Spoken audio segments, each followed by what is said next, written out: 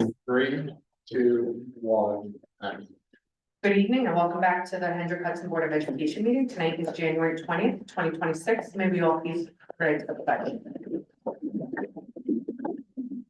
Pledge allegiance to the flag of the United States of America and to the republic which stands one nation under God, indivisible, with liberty and justice for all. Thank you. The first thing that we have on our agenda for tonight is the public hearing on the first responder exemption.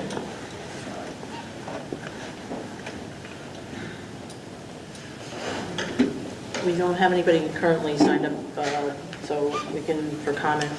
If anybody'd like to come up and make a comment, they can. So the board is considering adopting an exemption to school property values for school taxes on any volunteer first responder who does not already take the federal exemption for consideration for an exemption. And the board has discussed this since its December 3rd board meeting. And we've had an open public forum to submit questions to or to submit feedback to, and tonight serves as the official public hearing should the board move forward with a decision on that matter. So anybody who would like to come to speak on that matter is invited to please come to the podium, state your name, and provide your input for the board to consider. So good evening. Thank you, Mr. Trombley. Thank you, Board of Education. My name is Robert Outhouse. I live at 7 Watch Hill Road, Provo, Hudson, New York, within the Hendrick Hudson School District. I am a lifelong volunteer in the Buchanan Engine Company, serving 45 years, and a graduate of Hendrick Hudson High School in 1982. I've been serving this community for 46 years now. I've seen the town of Portland, the village of Buchanan, and the county of Westchester give this exemption to our volunteers. There's no compensation other than giving these breaks through our tax dollars. I do understand the fiscal responsibility the board has, but we are in the need in this generation of recruiting and retaining volunteers. And as taxes rise, so do they. They move away because they can't afford it. We lose people, we're in trouble. We need to continue to do something for the volunteers, and I think this is a great way to do it. As I said, the town, the county, the village of Buchanan have also done. For the board members who don't know, this building and Frank G. Lindsay are served by the Portland Engine Company Montrose 100% volunteer firefighters. The Buchanan Verplank Elementary School is served by 100% volunteers from the Buchanan Engine Company. And Furnace Woods and Blue Mountain are served by a combination career department out of the Mohegan Fire District. So I'm here to say, I hope you can do this. It means a lot to all of us in the community. Buchanan Engine Company dropped off a letter this evening in full support of the board to make this decision. So I thank you for the consideration, and I hope you get this done. Thank you.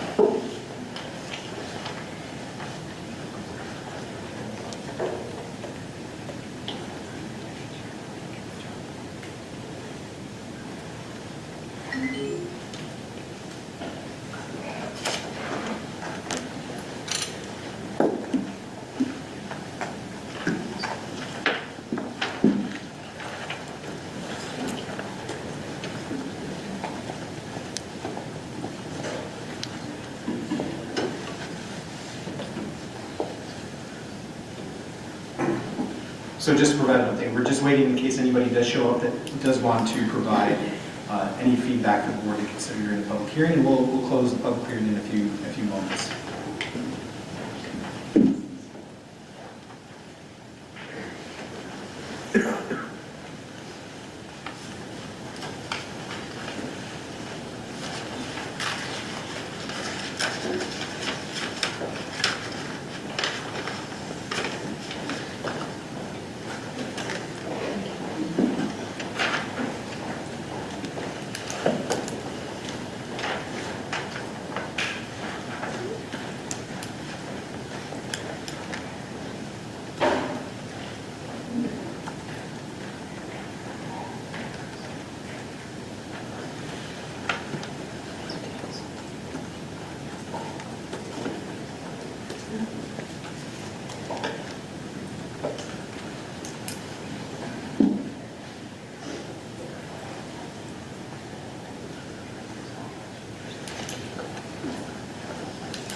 Okay, at this time, if there's no one else here to speak, the board will be able to make our decision.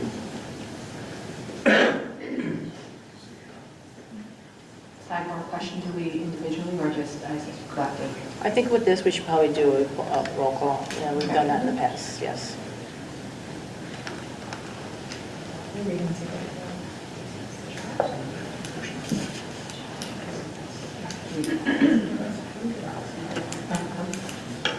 I'd like to make a motion to recess briefly. Second, all in favor?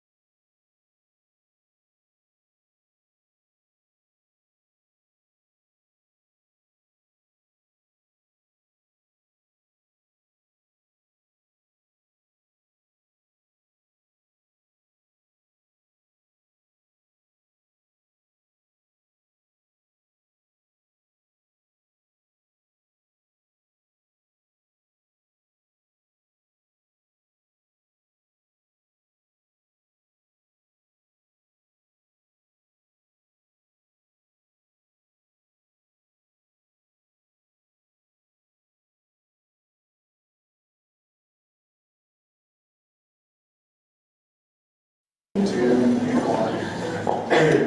board is now returning from a brief recess. I'd like to make a motion to reopen the meeting. Second. All in favor? Okay, this time we would like to make our determination for the first responder exemption, and we will do a roll call. Erica, start on your side. Yes. Yes. Yes. Yes. Yes. Yes. Yes. Okay, so I would like to make a motion to approve the resolution. Motion to approve the resolution. Second. All in favor?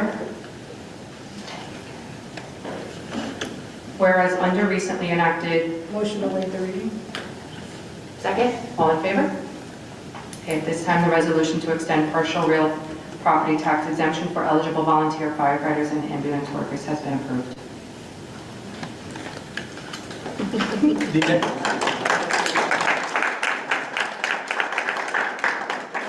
So the next step on behalf of the school district is that we will reach out to the town assessor's office and notify them of this, the adoption of this resolution. I would encourage any interested community member who would like to see if they qualify for this exemption to reach out to their town assessor's office as well to make sure that they have the necessary paperwork on file. I believe the deadline is May 1st, but with everything, we want to encourage you to apply early.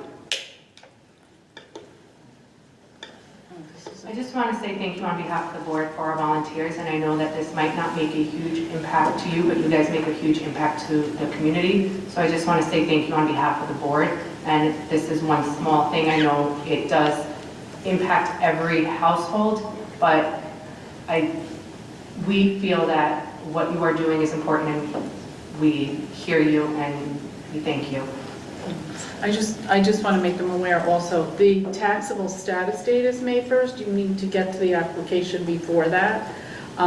The savings or the exemption won't take place until the following school year, just so you're aware of that. It's not going to be effective on this school tax bill this year, but it will be the following year. Thank you, Joe. Yep. Thank you. So now looking at our agenda, can I have a motion to approve the agenda as stated? Approve the agenda as stated.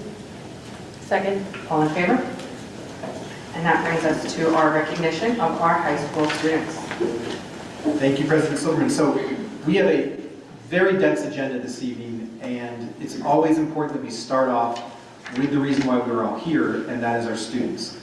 So I'd like to invite our host for this evening, and for a lot of evenings, the principal of the Hendrick Hudson High School, Ms. Lisa Martino-Alves, to the podium to introduce the programs that we will be recognizing this evening. Ms. Martino-Alves.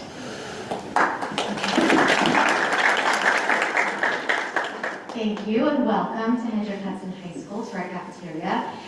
Thank you families for coming out and students. We're very excited to recognize some of our excellent students. We have so many, but we're highlighting tonight 2 of the programs that we offer here at the high school. We have the Academy program, which is a program that is available to our 10th and 11th grade students. And you'll see some students here tonight who are in that Academy program and have moved on into 12th grade after the Academy program. I'll call up in a moment one of the instructors, our social studies teacher, Mr. Ott, is here, and he'll recognize our students from the Academy.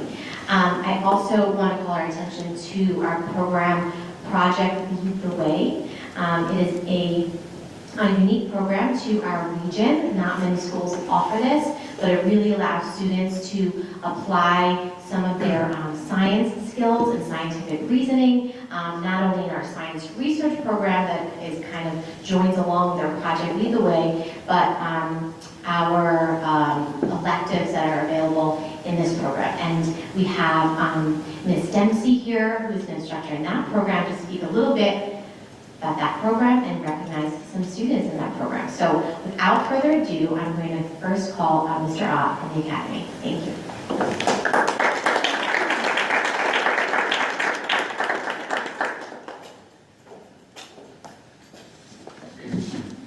Good evening, everyone. I'm Chris Ott, social studies teacher for the Academy here in Hendrick Hudson High School. So firstly, I would like to acknowledge Nicole Fasciola. Nicole is a 10th grade student in our program, and she continuously pushes herself both academically and athletically. She is a member of 3 sports here at the Hendrick Hudson High School: basketball, flag football, and field hockey. She's consistently looking to push herself, as shown by her interest in attending BOCES next year for welding, showing her multifaceted interests. Not only that, Nicole is a constant positive attitude in our program, exhibiting leadership regularly seen both on the athletic field and in the classroom. She is truly an exemplary example of the Academy's belief in character and positive attitude. So we'd really like to recognize her for that.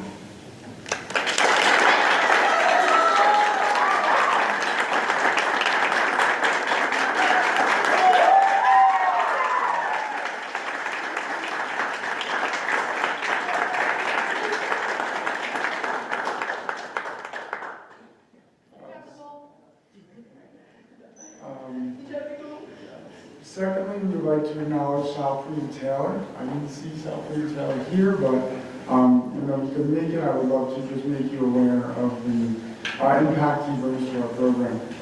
So as you may know, Salpreen did recently break Hendrick Hudson High School record for relay, which has put him on the path for nationals. That's really exciting for him.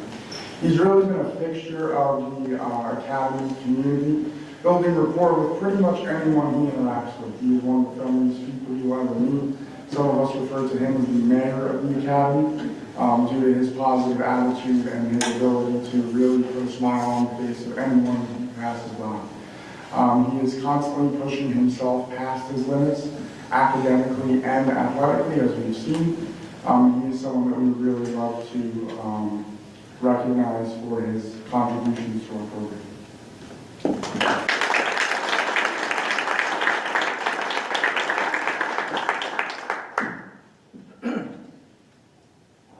Thirdly, we'd like to recognize Max Cannon.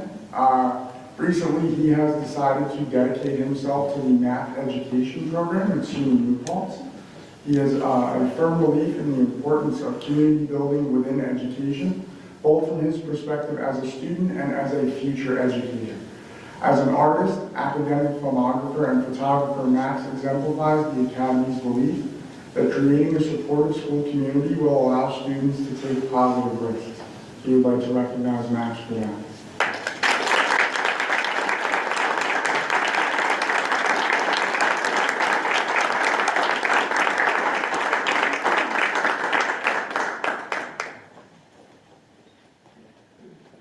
We'd also like to recognize 11th grader Isabella Perry.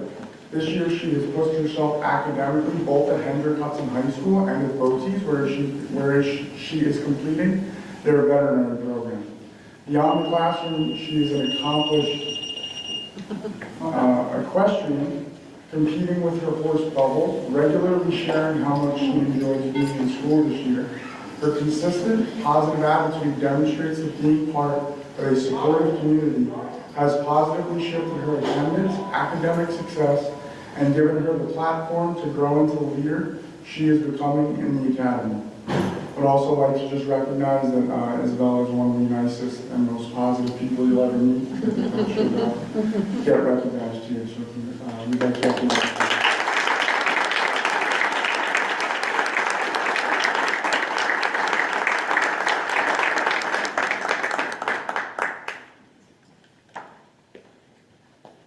Lastly, we'd like to recognize 11th grader Patrick Murray. He has earned consistent recognition for creating a positive environment in the Academy. Starting this year, Patrick has devoted himself to the culinary arts program at BOCES. Whether it is being a member of the drama club, supporting community service, or bringing in freshly baked goods for his classmates, and he does take orders. Patrick exemplifies the impact that a single person can have on their community and the power of a good pastry. So we would like to recognize him for that as well.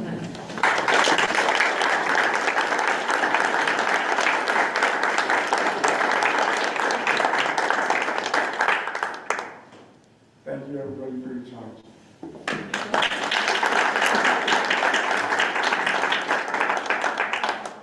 And I'd like everyone from the Academy who is honored here tonight to come and take a photo.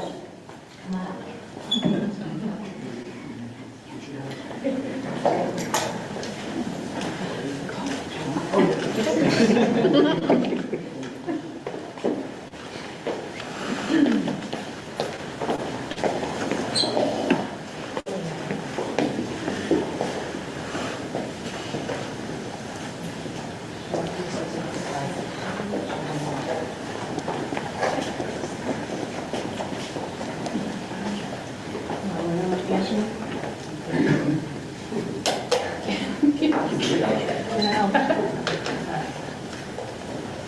Cheese, everybody. Congratulations.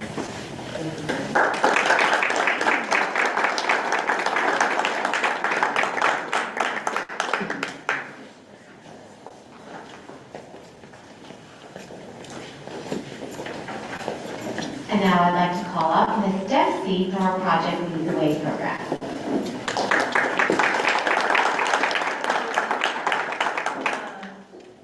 I'm Mrs. Dempsey.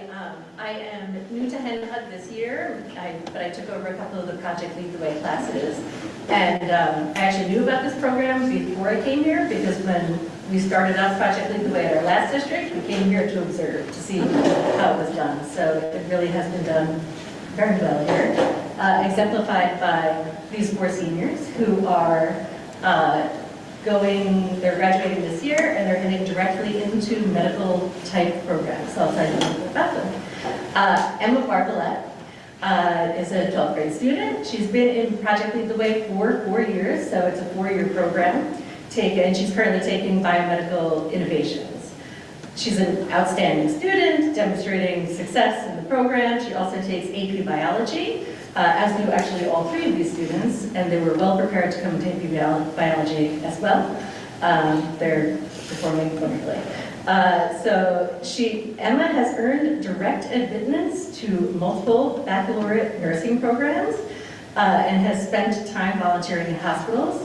And she is ready to leave Head HUD after this year and head into the medical world. So, Emma.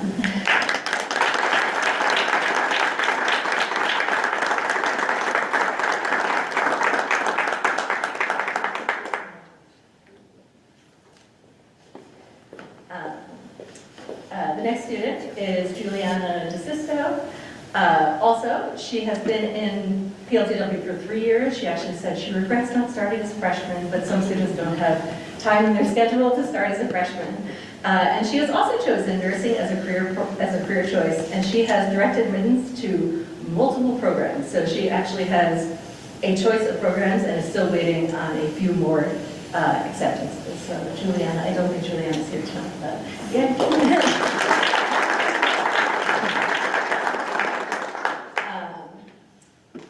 Next, Samuel Newharter. Sam is also has been in PLTW for 4 years, an excellent student of AP Biology. He has earned direct admittance to Seton Hall's Physician Assistant Program, which is a 3+3 program. So in 6 years, he will have a master's, as long as he pursues the program, he'll have a master's degree and be able to work as a physician's assistant, which you might know. If you go to urgent care, you go to the emergency room, that's who you're seeing. That is the person you meet who will treat you in most cases. So it's an excellent program. It was his top choice, an excellent program. So.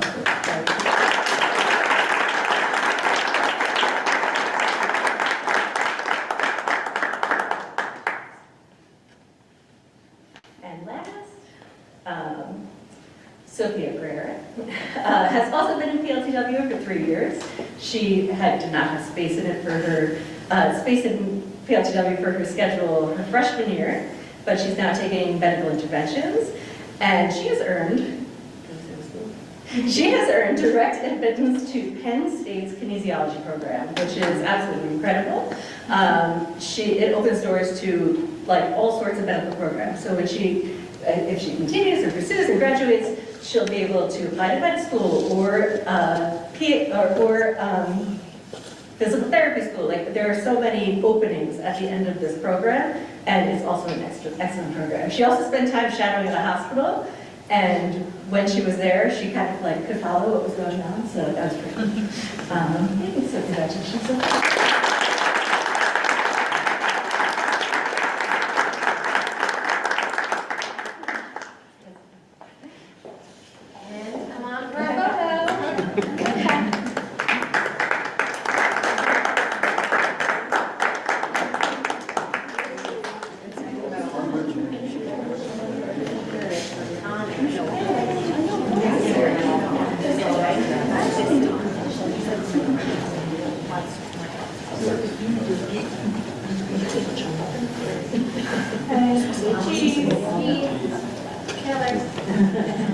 congratulations.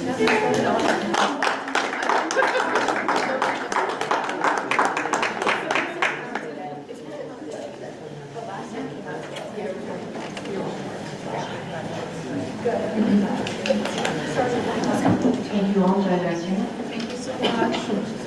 So congratulations to all of our students who were recognized this evening. Thank you to the parents who are supporting them and to our educational colleagues who are supporting them as well. I think the 2 programs that Ms. Martino Alves chose to highlight demonstrate how even though we are a public school, there is an attempt to always try to personalize instruction and education and the experience for our students. So thank you so much for highlighting that, Ms. Martino Alves. And at this time, we are going to continue on with our agenda. You're more than welcome to stay for an exciting agenda about capital project updates and budget, or feel free to go home and get some well-deserved rest or study. So thank you.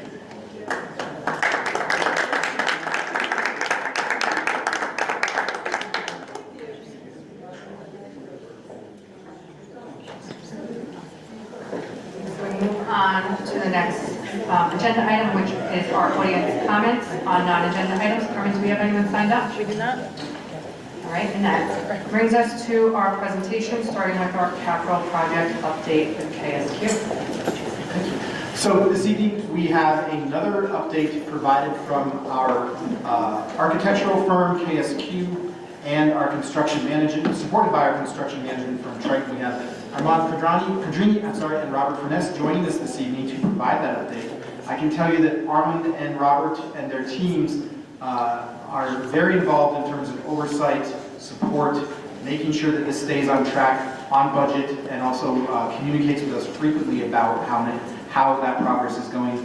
We have minimum once a month a meeting with myself, Mr. Merlini, Ms. Figuerella, Armand and Robert, and their teams are always willing to support us and answer any questions that they may have. So we really appreciate their update, their time that they take to keep us updated on the wonderful improvements throughout the district. And now they're going to spend a brief couple of minutes just updating us on where we stand with our current phases and previous phases and where we're going, and also some of the details that we get an opportunity to get our eyes on before the next phase. So Armand, thank you, and the floor is yours. Thanks so much. We appreciate this opportunity to update the board in the new year for essentially the phase 2 part of the bond project. A quick update on phase 1 first. Construction is substantially complete. There's just a couple of very, very minor elements that we're punching out. We did come in significantly below budget for phase 1, and we're still assessing some of the soft costs that were not spent in phase 1 to move those over to phase 2. The construction side, $785,000, we moved over to cover costs on phase 2. We're working with the prime contractors to finish and close out their paperwork, and then with Jill in the business office to get the SED all squared away. The biggest chapter in the presentation today for phase 2 is updates to the interior architectural renderings, and I will spend more of the time focused on that. We have phase 2 schedule update, and then as Mr. Furness and I promised back in, I believe it was back in the fall, we are now within 3% of budget for phase 2. That is within the margin of error. Our alternates that will be non-program related will get us right where we need to be depending on how aggressive the market is with our bid opening. So feeling very, very confident about that. So our vertical red line is in the middle of January. We do indeed have our SED permit to go to construction, bid in construction for the phase 2 projects. We are on the street, so we're answering RFIs and managing that bid process. The bulk of the work will be completed in the summer. Some of the projects will leak into the fall of 26. We'll close out in December and then we'll finish construction in December, have some closeout and punch work in very early 27, and then close out all the paperwork by March. So, go ahead. So I want to pivot now to talk about a revisit to the interior, to the interior renderings. And what John and I, you met our design director at the last meeting, I wanted to do was really start back with the color palette. And the idea is that these are the colors that we're proposing to create the lexicon for all the colors in the phase 2 projects from the bottom. And the idea is that if we like these colors, we'll only be drawing from them and we'll have more successful interior designs. My belief is we're probably 90% complete. We're still pushing on some of the interiors. I think we've got it pretty good on a number of them, but there's a few that we're still tweaking we want to talk about with you all. But so this is paint colors, wall colors, ceiling tile, different floor finishes, and then furniture on the right. So with that, I'll move to the high school learning commons. 2 slides, please. So super excited about the new entry into the commons. So you can just see the existing ramp that's tapering up on the left, and we'll have a new big open space on the right.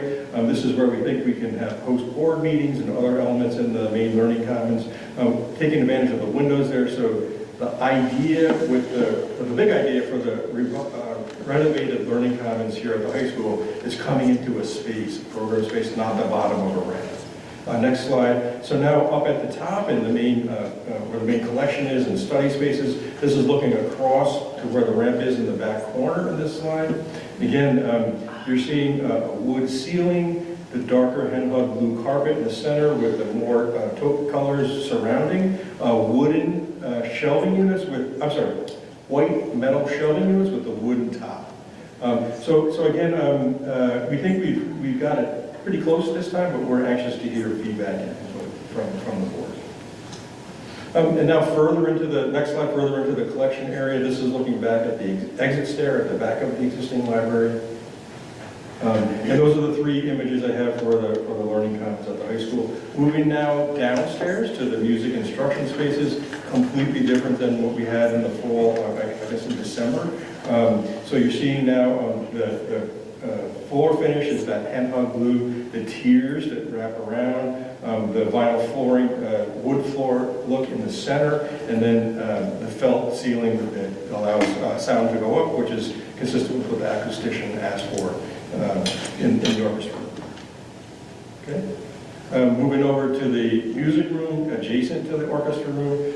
Again, that luxury vinyl plank wood flooring, the similar felt ceiling, and you're seeing more of the hen hug blues that animate the space and the fabrics and so on in that area. Moving up to the 300 wing, the mezzanine underneath the cupola. This is the revised space there. And again, this is more subtle, so you're seeing the darker hen hug blue color in the chairs on the right, as well as the carpet, and then a lighter blue on the left, and then the taupey color of the carpet in the foreground. Okay, so those are, we didn't re-render every single one-to-one rendering, but I hope enough to describe the approach and how we think we can move the process forward. Moving now to the Blue Mountain Middle School. This is the upper commons, and again, a similar strategy with the hen hug blue carpet that wraps around the white metal bookshelves and the wood top. In this image to the left is the cafeteria, and then to the right are the small breakout rooms that are consistent with the learning commons for that space. Next slide, we characterize this as the lower commons. You're looking across to the windows that look out to the parking area and the athletic field in front of the school, and the same interior strategy there. This is the breakout classroom that's within the learning commons. It also has natural daylight on the right, and then looks, the window shades, or the privacy shades are down, but this looks into the upper, or the lower commons, which would be on the left. Is it okay that I'm going at this pace? Okay. Yep. And then, next slide. The small breakout rooms, this is really a furnishing strategy that we borrowed from our collegiate practice, but to have a small table against the wall with a flat screen. This is good for 2, 3, 4, even 5 or 6 students and a faculty member can fit in these spaces. You have direct access to media and so on in this space. Okay, so moving now to BV. So here you're seeing the darker blue along the back wall in the learning commons. The breakout room is on the left. And again, we're feeling pretty confident about this strategy for the white metal shelves with the wooden top. That'll sort of be a standard for the phase 2 project. In the same space, looking further back from the corner across the commons, we really like this curved bookshelf element. It's a placemaking strategy in the center of the commons, and then we can also circulate around. We can do project work on top of the low shelves if we want to. Very functional and versatile for the use. And then the large breakout room, really using this bold hen hug blue color to accent the back wall and the soffits on the right. The glass is looking out into the building corridor, and then to the right is the commons on the other side of the glass. And then similarly, the small breakout room is a fishbowl idea, so there's glass on both sides, and then a teaching wall on the left, so you see, again, the flat screen with the table pushed to the wall. It's also soft seating in that space. And that's a very happy BV student on the left. Moving now to Furnace Woods. I really like this, what we did with this, the dark blue color, the hen hug blue color, but to really outline the picture window. It lets all the natural daylight in. In the foreground, you're seeing the lighter blue furniture, chairs, and carpet. and then most of the stack and the study spaces are on the right in this rendering. In the next slide, the entrance is immediately on your right, and you're looking across to the interior spaces where the stacks, study, and support areas are. And then a view across from the main entry. Again, the main entry is on the right in this slide, and you're seeing the shelving units and other study spaces. And the last slide here is looking across that big picture window. Students are invited to sit on this. It's really safe, but it's also very visually observable, so that everyone's in sort of the observation in the middle of the room. You're seeing on the left the teaching wall, and again, a lot of daylight and working with our lexicon of colors that I talked about earlier in the presentation. It's still on Furnace Woods. This is one that we're still working on. We moved away from the Roy G. Biv theme, and we're looking at sort of variations on the henna blue color. Really, really pleased with the wooden language that surrounds the proscenium and the stage. And we're still working on sort of the colors, if you go to the next slide, that would make up those those linear elements in the ceiling. These are the same style table that was installed at BV in a similar renovation a year after. Then our last school in the presentation is Frank G. The next image is again looking at the second floor learning commons. You're seeing the circ desk on the left, the modular tables on the right. They happen to be in EU configurations, but they can come apart and be reconfigured in any sort of workable, whatever the teacher is seeing is happening for the program for that afternoon. And then next slide, circulation desk on the left, and then the main study spaces and STEM activities on the right. That's our prepared presentation. I apologize, I feel like I went real fast, but I wanted to share with you. We are still accepting comments. You know, we think this is an iterative process where we listen, draw, and I feel like we brought it most of the way where it needs to be, but we'd like, we want to get it perfect and we want to have your input. So Armand, if I may, President Silverman, before I turn over for the Board of Education to ask questions or follow up or provide comments, I want to just say thank you to you and your team, and Robert, to you and your team. I've been a part of 5 capital projects, including this one. Chloe, I'm in a similar situation. I was a senior in high school and they did a capital project, so I went through all the dust but didn't get any of the fun. And your teams have been accommodating, collaborative, you've listened, you've been responsive, and it's been a pleasure to work thus far with you through this process, and look forward to continuing that work. And I know that this presentation was developed in part by a feedback session that was held to bring many of our new administrative team and many of our new board members who may not have been on the board or on the facilities committee up to speed, so that they felt that they had good working knowledge of that, and some feedback came from that as well too to help inform this presentation. So thank you for that. So I'll turn it back over to you, President Silverman, if there are any questions from the board. Just when I was looking at there, thank you for this presentation. In some of those like breakout rooms, would it be possible, I don't know if it's like a cost swap, for some of the walls when you paint them to do like a dry erase paint so that like students can brainstorm on the walls in there? Yes, Okay. and we may already have that, but I have to Okay. check. But vertical writing surfaces are really so integral to STEM learning and brainstorming and writing. It's fun for Yes, students. it is. Yes, it is great. So that's why, I was just looking at some of these, and I think that would lend It itself would perfectly to typically some be of on those the spaces. wall opposite from the teaching wall where Yes. the flat screen is, so we keep the two things Yes. separate. Start with there, Allison. 2 quick, one question. I love the low bookcases. I love that it's accommodating the little people. So they don't have to reach so far, they can access all the books. There will be enough space for all the books though, right? Because it looks like the library shelves have shrunk. Forgive me, which school are we?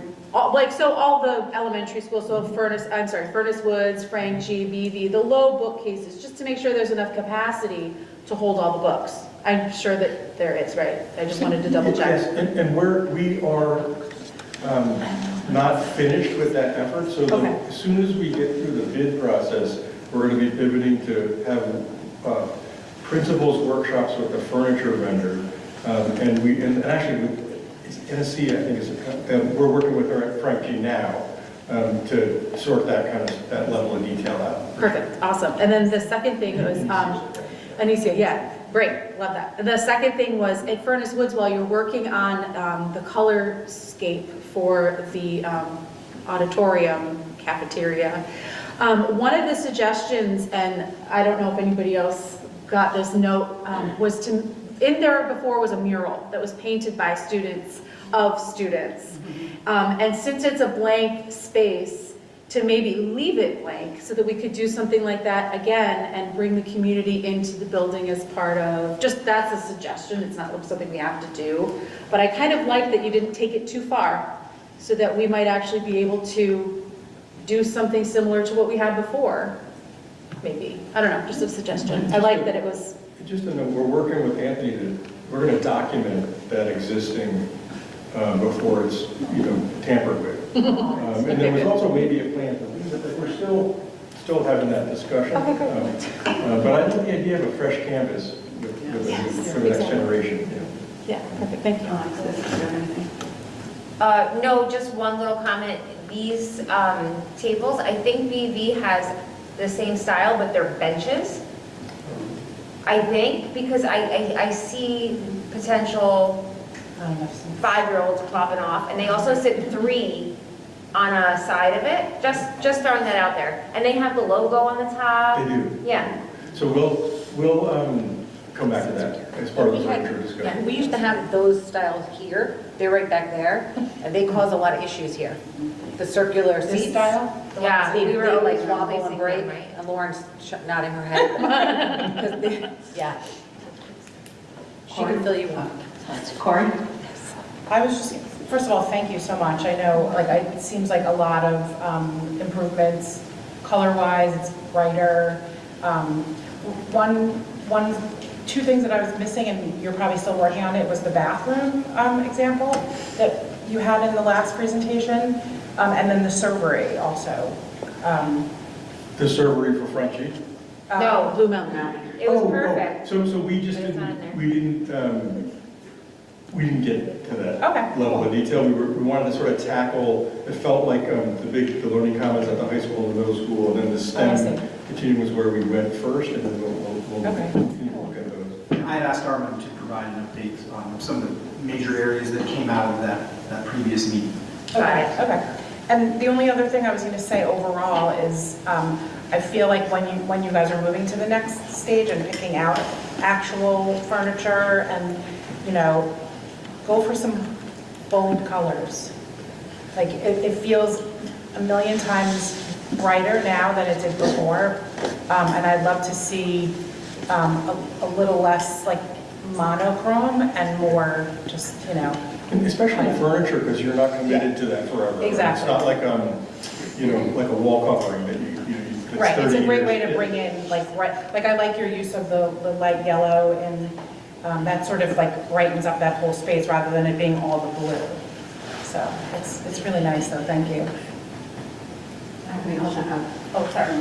Chloe just wanted to add something. Oh, I was just gonna add that, and I think Allison said this, but I liked how, because I know that before I went to Furnace Woods and they had the colors, this is such a non-issue, but I think that if we were to redo it, I think that either keeping the old one or putting new colors back of the kids, because I think it was just unique and it made it really different to stand out from the other schools. And the other schools could have something like that, but I think that it was really awesome because I was in the 50th thing, and it's the 50th year of Furnace Woods, and they have the murals on the wall with the little things, so I just think that that'd be cool if either new kids do it or keep the old one. Yeah. Thank you for that. First of all, thank you for the presentation. It looks amazing, night and day from what we originally saw, but I love it. I just had a couple of, because I'm a furniture person, as I like to refer to myself. You show a lot of white laminate for the bookcases. Is that laminate, or is that going to be a different material? Just because I think about over time, just children using it, that's going to become, I don't know if it was metal or if you meant it to be laminate or what the composite. You're referring to the top? No, the surround, They're like the metal. cases, yeah. Oh, they're metal. Yeah, Okay, they're powder coated, like shop coated metal from the factory. Perfect. That was my only question that I had. Everything else looks And nice. designed for schools. I mean, they're going to take the durability, the durability that they need to. Yes, for sure. So I also agree with Allison and Chloe. I did the first mural there when I was in 5th grade, so I have a strong connection to it. And I think a lot of people in the community who have kids here also worked on that mural. At Furnace Woods. Yeah, and it was also probably when she was there, they did redo like some of it, updated some of the paint, and I think fixed up some of the characters on it. But I'm not saying you have to keep it just because of me and other people, but I do think it does give something different to the schools because it is like a drab room. So, and the kids who are maybe just starting out there now, by the time you do the renovations, like if you just take something totally away, they'll notice that it's not as like bright in there, you know what I mean? So even if they're, like Allison said, even if you save some of it and have some, you know, we have a project where the kids can paint on it, because that's how it was originally done. We were all the students there and we painted it for the anniversary, and then she probably worked on it for their anniversary. Yeah, really. We did the 25th. And I did the 15th. Do the math. What? You just did that. Yeah. So, We're delighted to see it, and I'll circle back I mean, with the whatever you superintendent. guys And it's have not in the plan. it's not a cost to do that, and Yeah. it's part of the heritage of the school, so we'll I do think reflect more on that. murals in the schools are a good idea, like all the schools, and to let kids paint and, you know, different classes, and that's just an idea for down the road, but. I get in there. There's murals in this building that have been recently done in the high school. Yeah. I think they're working on a centennial, some type of centennial mural. Just keep mine part. But we gotta paint your kids around. So thank you for this, it was great. My only thing was, so like at BV, we have, in the steam rooms, we have these, the larger clear rooms, like study work areas. In the high school, it's hard to see how deep they are. Study areas, to me, they look very shallow. How, are they as big for the clear study areas for the students? Are you referring to the breakout, the smaller breakout? Yes. Can I report back? Because Yeah. I don't want to generalize. Okay. I have the floor plans in a separate slide. All right, because I think the part of the concept of that when it was initially brought was for the kids to be able to go in together and do work together. Because part of the problem in our libraries is that the students really can't talk. So we really need spaces, and we've talked about this before we even had the bond up, that they need spaces to be able to go into and collaborate. And I don't think those look big enough. And I think I said that in my. The high school Learning Commons has fewer spaces that are much larger. Like there's a whole classroom size space, and then a medium space, and I think there may be 3 total. Okay. But they're meant for individual students to go in? No, the solo study is more in the furniture clusters out in the perimeter. Okay. So there's not a bank of small breakout spaces like we have at the middle school, or proposed for the middle school. Okay. That's the instructional I think I see operational this part column going that you guys this got to way. come up with so that the kids actually feel like they want to sit and work and collaborate and do projects in our high school library. Because right now it does not happen. That's a parent comment. That's not on you. That's, let's make the library welcoming so that kids have a space to actually do their work and collaborate in. Maybe it shouldn't be a silent room. I don't know. That's the operational, instructional piece that all of you have to weigh in on, but that's feedback we get from the students all the time, so. Understood. Does anybody have any other questions or comments that have come up? Thank you. Thanks for the second swing on this. We think we're working together. We're getting there. Yeah. Yes. We're Thank excited you. to see the finished product. Yeah. Thank you. Thank you, Rob. Thank you, Rob. And of course, you're more than welcome to stick around for the presentation. We have kept you away from your families this evening too as well, so thank you. We'll update you at a later time. So we now have 3 program budget presentations, and our first one is operations and maintenance, then we'll have transportation, and then athletics. We're going to switch that around. Okay, we are going to switch that around. So I'll ask Greg to pull it up as our presenters get ready to speak. So as President Silverman said, we are beginning our budget development process for the 26-27 school year. Greg, I'll have you go ahead and switch to the next slide. I did have a very long explanation because you're going to see this mission a few times, and you're probably going to wonder why it's up there. I will save that explanation on Napoleon's Corporal for a later date because we do have enough content to go through this evening. But if you want to get a head start on the meaning behind why we continue to see our mission, you also see our administrative priorities for this year, which is actions for the future, and we can go to the presentation objectives on the next slide here as well. So this is what we hope to accomplish by the end of 56 slides this evening, I think. But it is the beginning of our detailed program budget development season here at Hendrick Hudson. So these are the objectives that we hope to accomplish in our short time this evening. And then Greg, if you want to go to the next slide. Before we do call up Mr. Morky, our new athletic director, to present his program budget, I just want to talk about the budget as a story. We're going to see a lot of numbers, we're going to see a lot of spreadsheets, we're going to see a lot of data.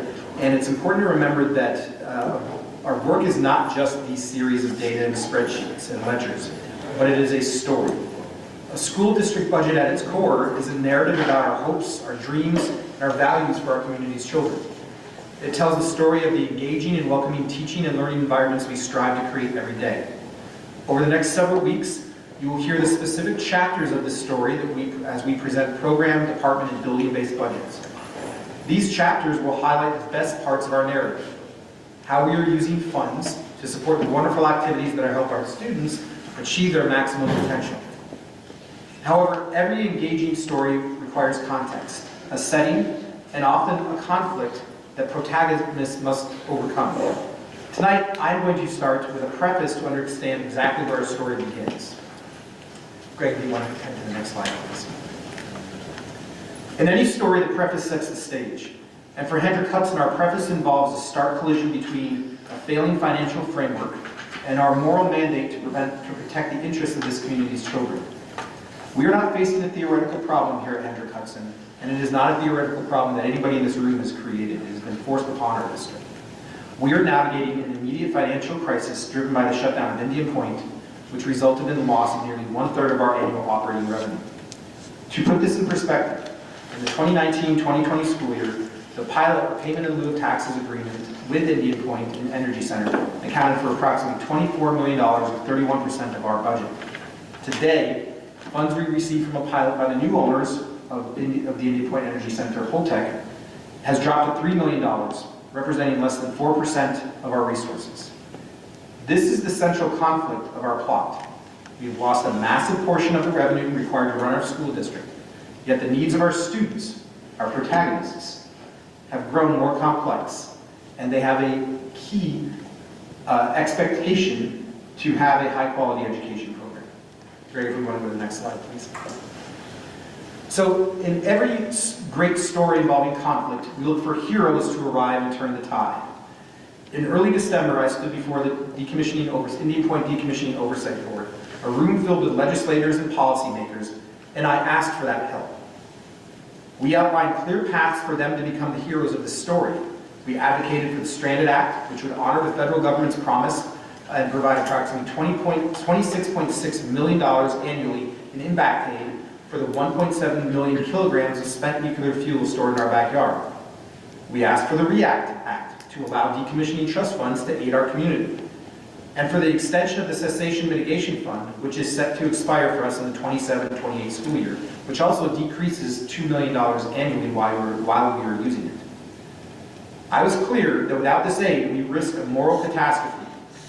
However, I must be transparent with you tonight. Since delivering those remarks this past fall, no hero has since reached out to me.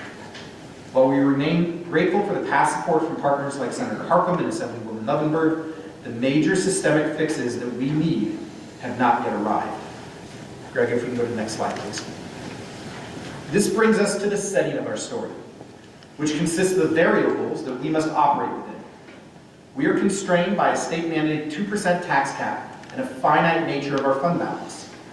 The financial damage of the Indian Point closure, coupled with this cap, has created a setting where responsible governance is becoming mathematically difficult under the current formula.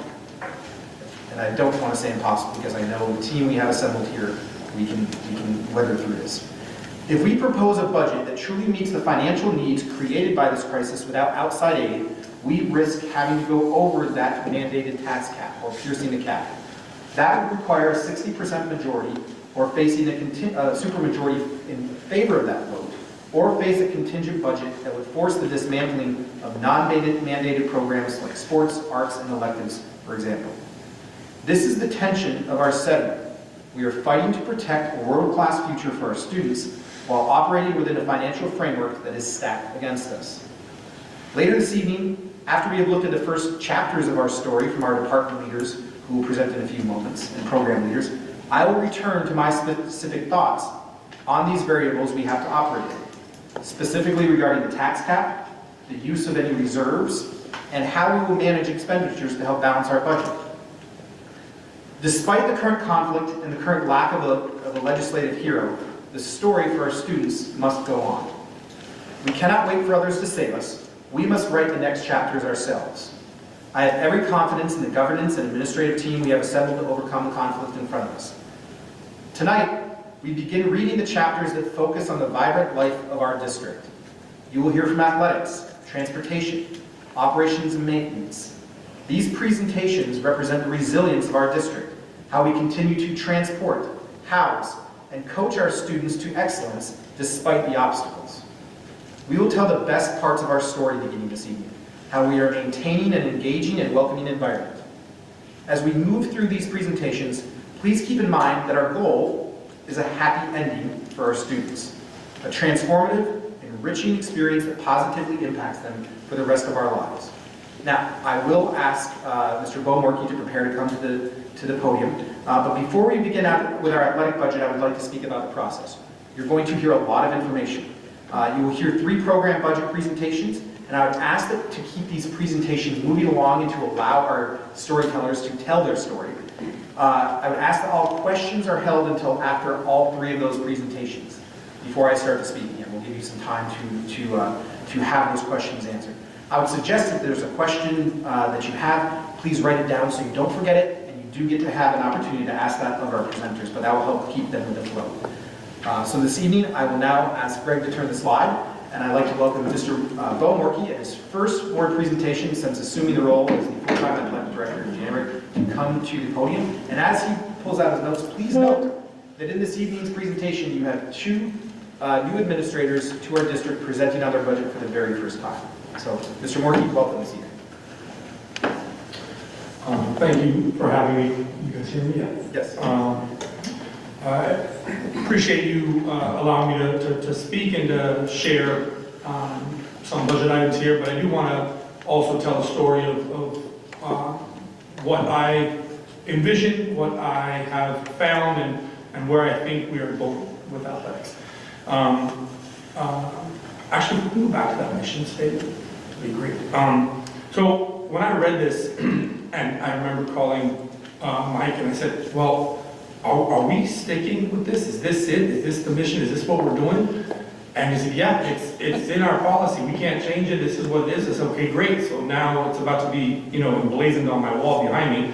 But I keep seeing these emails come out regarding, listening, learning, helping, and leading. And when I hear that and I see that and I combine it with our mission, the word that comes to mind for me, and it's what's kind of fueled the fire for me, is inspiring our students, right? And now, when I went back and I looked at our accomplishments for the year, this past year, 2025, you're going to see a lot of that. Last time anyone presented, my predecessor, was January of 25, so we weren't able to talk about winter accomplishments, spring accomplishments, and fall. So that's what I'm going to share with you a little bit right now. We concluded 3 seasons. I learned a week ago that our varsity basketball coach Steve Perseglai, he's also the head of our National Honor Society, and 50% of our athletes, 50% of our National Honor Society are athletes. And I wanted to share some of these larger accomplishments. Another one was our phys ed program. And some of our coaching staff created out of thin air a program called House, Hand-HUD Austin Unified Championship Sport of Excellence, which was almost like a mini Olympics for our unified sports groups, right? And now this past year, Croton jumped onto it, and 2 more schools want to jump onto it. So these are just some of the things happening behind the scenes that we don't get to know about a lot. And that's back to that word inspire, where our teachers and coaches are really working in an amazing way to support our students. We can go to the next one. This was much more focused on physical education. I don't know if all of us know this, but we were honored by Special Olympics nationally as the New York State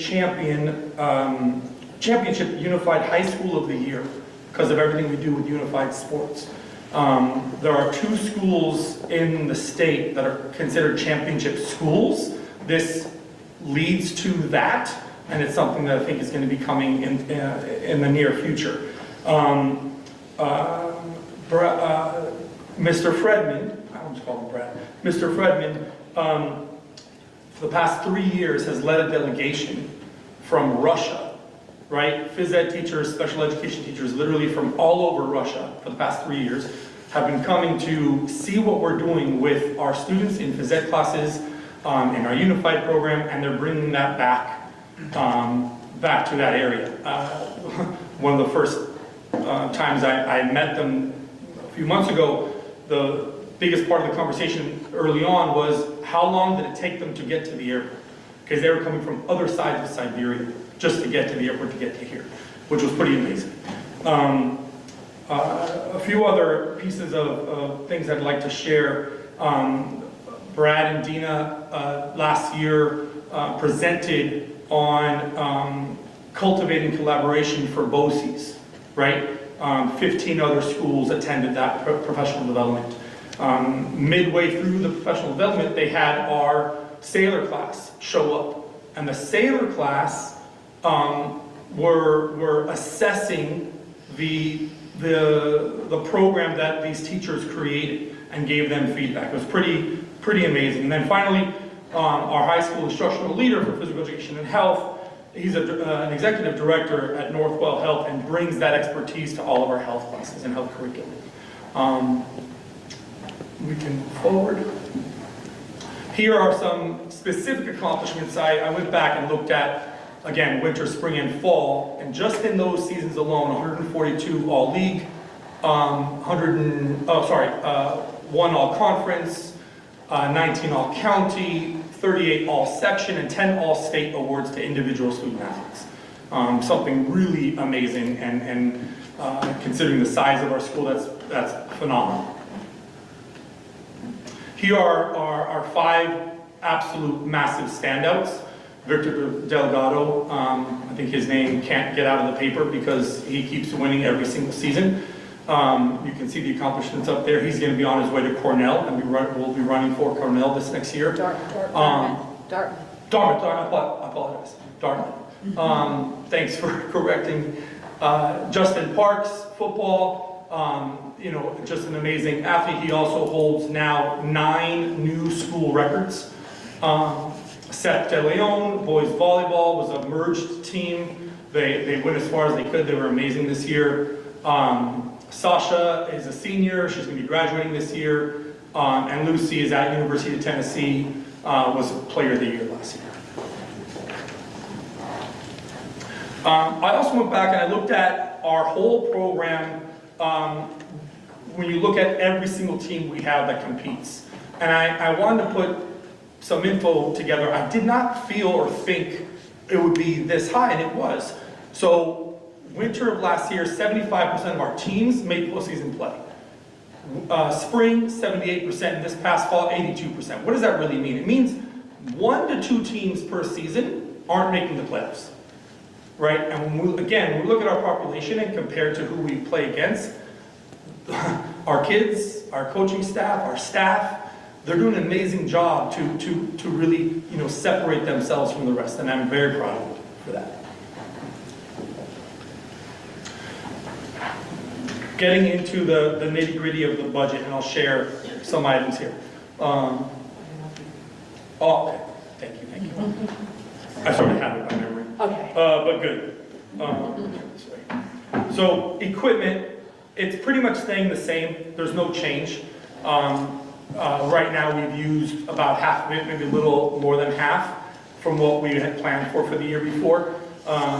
Looking at our larger item needs, 2 soccer goals are desperately needed, so that's gonna use up the majority of that for next year. Moving forward with supplies, this is a normal increase. I looked at the past 3 years, 22, 23, 23, 24, 24, 25, to sort of understand where we'd be moving forward to. A couple items there are going to be expensive football items, but when I looked at it, awards, plaques, and banners, year after year, were the most increased per item. And so I was like, okay, well, knowing how much we win, knowing what our teams are doing, who's graduating, almost trying to make an analysis of where we would be at, that's why you see that change there. And in anticipation, as you know, contractual are sort of our connection to the different entry fees we have to put in, the different things with Section 1 that we have to put in for. It's almost like team management. And then with that, we have some merger obligations, as well as we took on purpose cheer choreography, because it helps offset the cost individually for student athletes to be a part of cheer. And that's that change you saw there. It's a small one. Coaching salaries, natural increases connected directly to the collective bargaining agreement. Nothing major happening there. We do have 2 new teams, or actually not true. We have 1 new team, United Unified Bocce, but we also have a new coach, cheer, a varsity cheer assistant coach that will be added, and that's what accounts for that. And then finally, BOCES, really big number. Having said that, a majority of that is our officials, but not a large increase from last year to this year, or even the years before. That's been pretty standard. Want to move forward? So I'll put together here, the past 2 years, this past year, 25, 26, and then next year, 26, 27, these are either new teams or existing teams that are going to be continuing or were new last year. The 2 underlying teams merged field hockey with Croton. That's a new development. It's in the works, but it's going to happen. And then Unified Bocce is going to be starting in the fall. So it's going to be our 4th unified team. The rest were things from this past year that will continue for next year.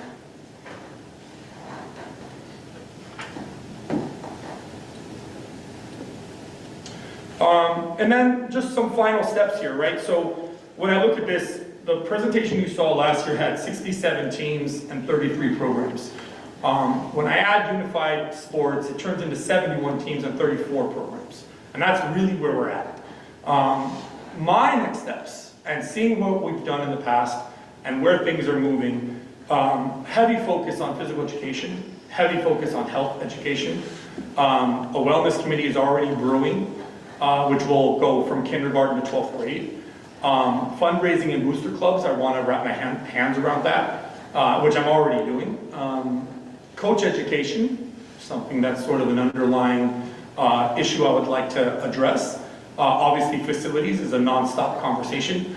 And then, maybe it should be at the top, but a huge thing that I'm beginning to make as a standard obligation at a varsity level is that varsity programs connecting with our communities, right? And how do they do that, and when do they do that, and why do they do that?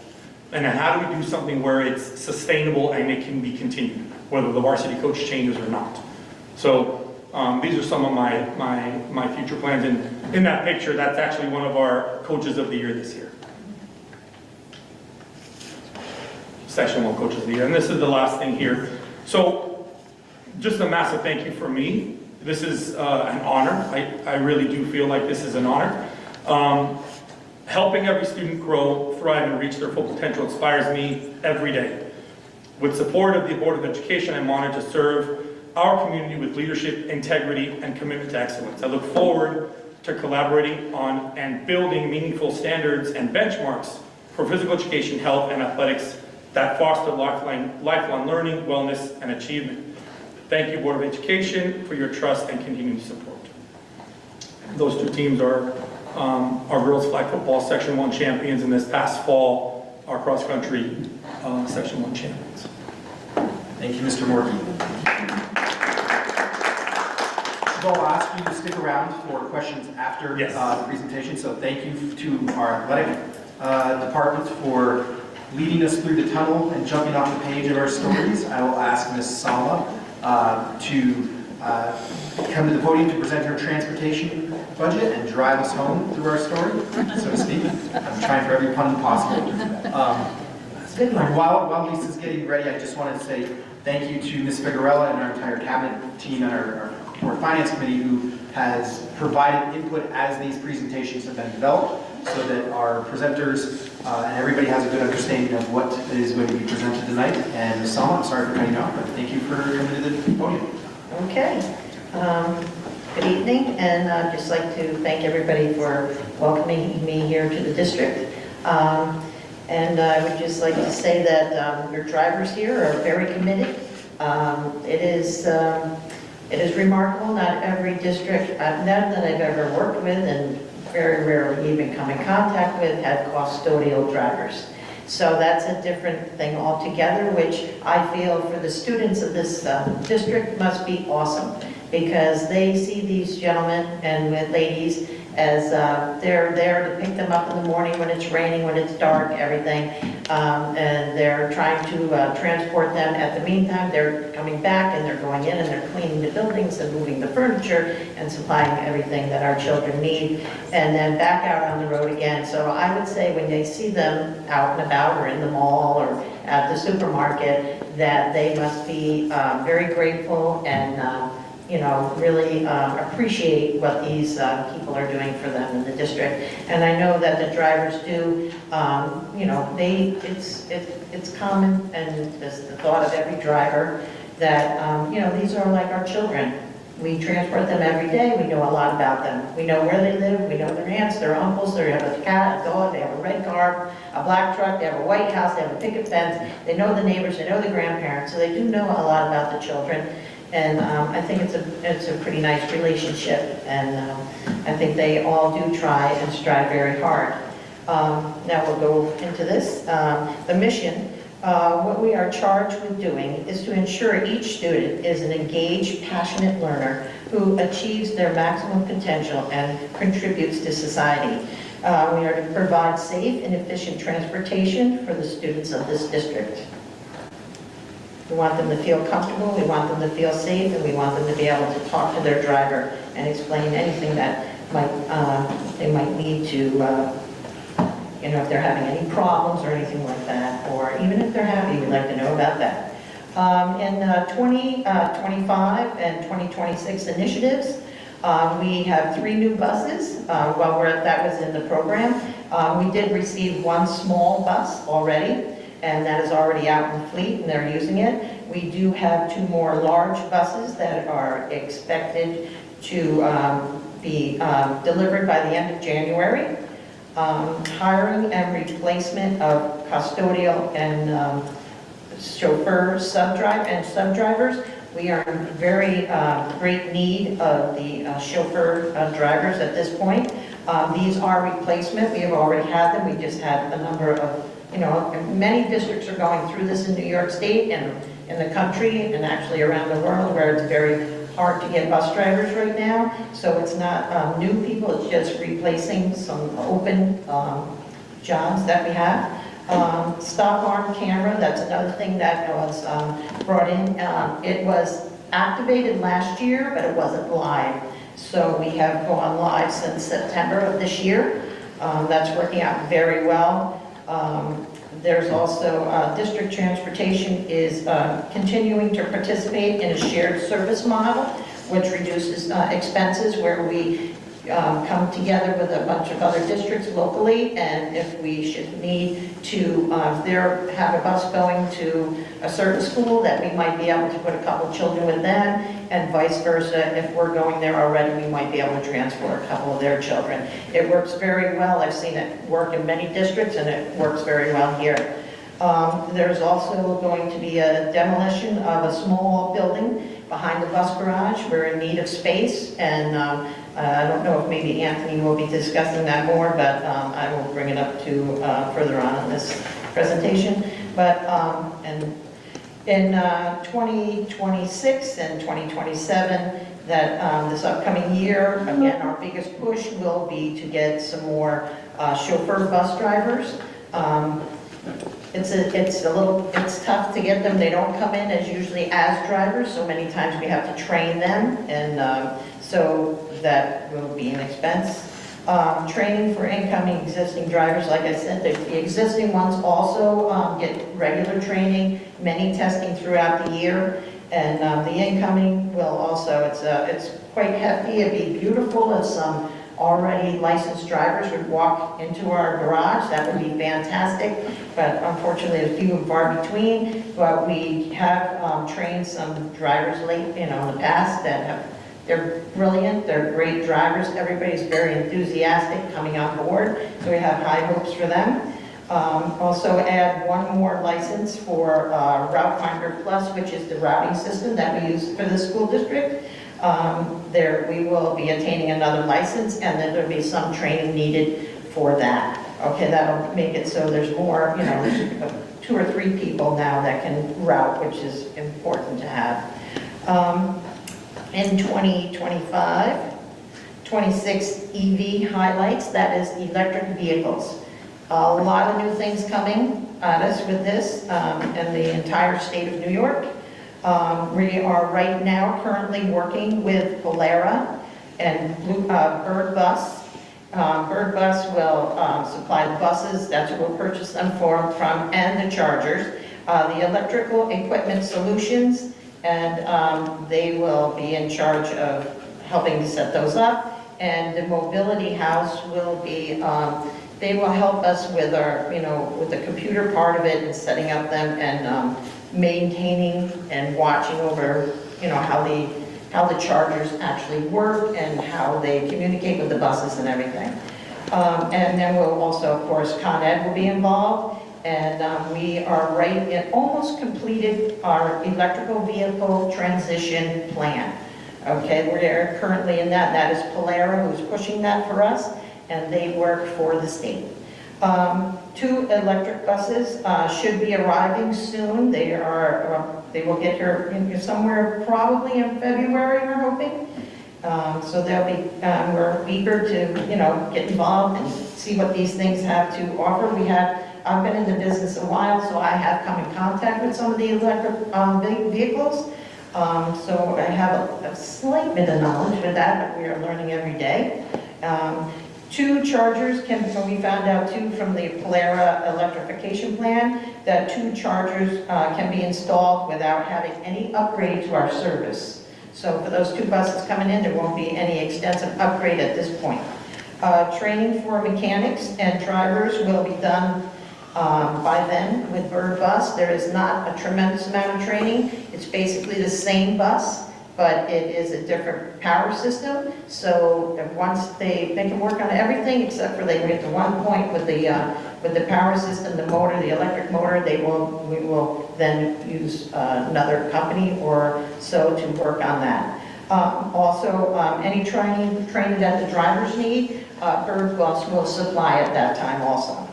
And I have been, we've been looking at the drivers. There's certain drivers that will fit an electric bus beautifully because the way you drive an electric bus, they do recharge themselves as we go. So if you're a driver that allows the bus to do the work, and as you're coming up to a stop sign, it will automatically be recharging and building up as that goes.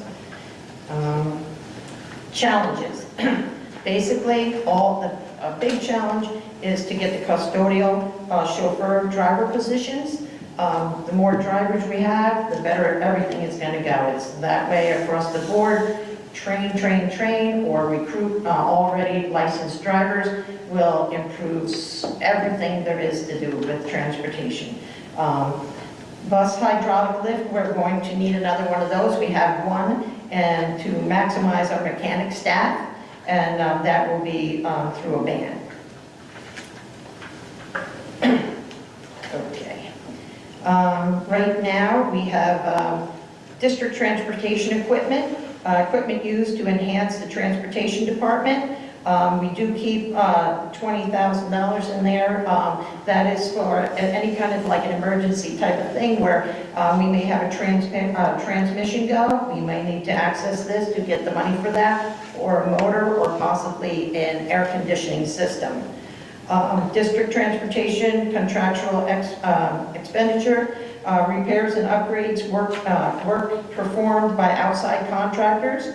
Route Finder Plus, Goosetown, they are outside contractors, and we are budgeting for actual for 24-25 was $160,869. For the budget of 25-26, we budgeted $75,000, and the year to date we are already at $104,379. And we propose for the next school year, $115,000, which is a change of $40,000.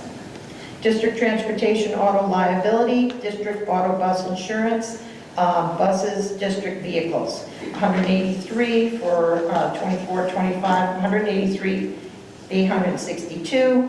The budget of 25-26 will be $202,683. Year to date, we are at $60,214. 26-27 proposed will be $222,956, and the change would be $20,273. District transportation, umbrella access liability, its insurance, $33,046, and that was in for 24-25. For 25-26, the budget was $202,683. To year date is up to $60,214. 26-27 year proposed will be $222,956, a change of $20,273. District transportation umbrella access liability insurance, that is $33,046, and for a 25-26 budget, $33,100. Year to date, we are at $35,692. The proposed budget for 26-27 will be $39,261, a change of $6,161.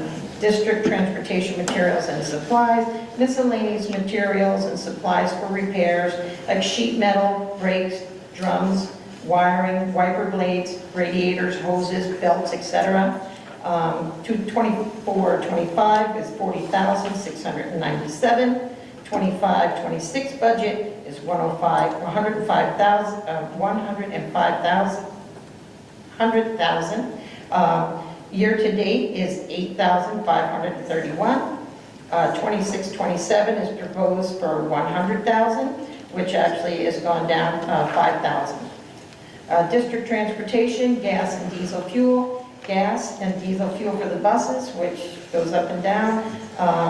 It's 24-25 was $148,537.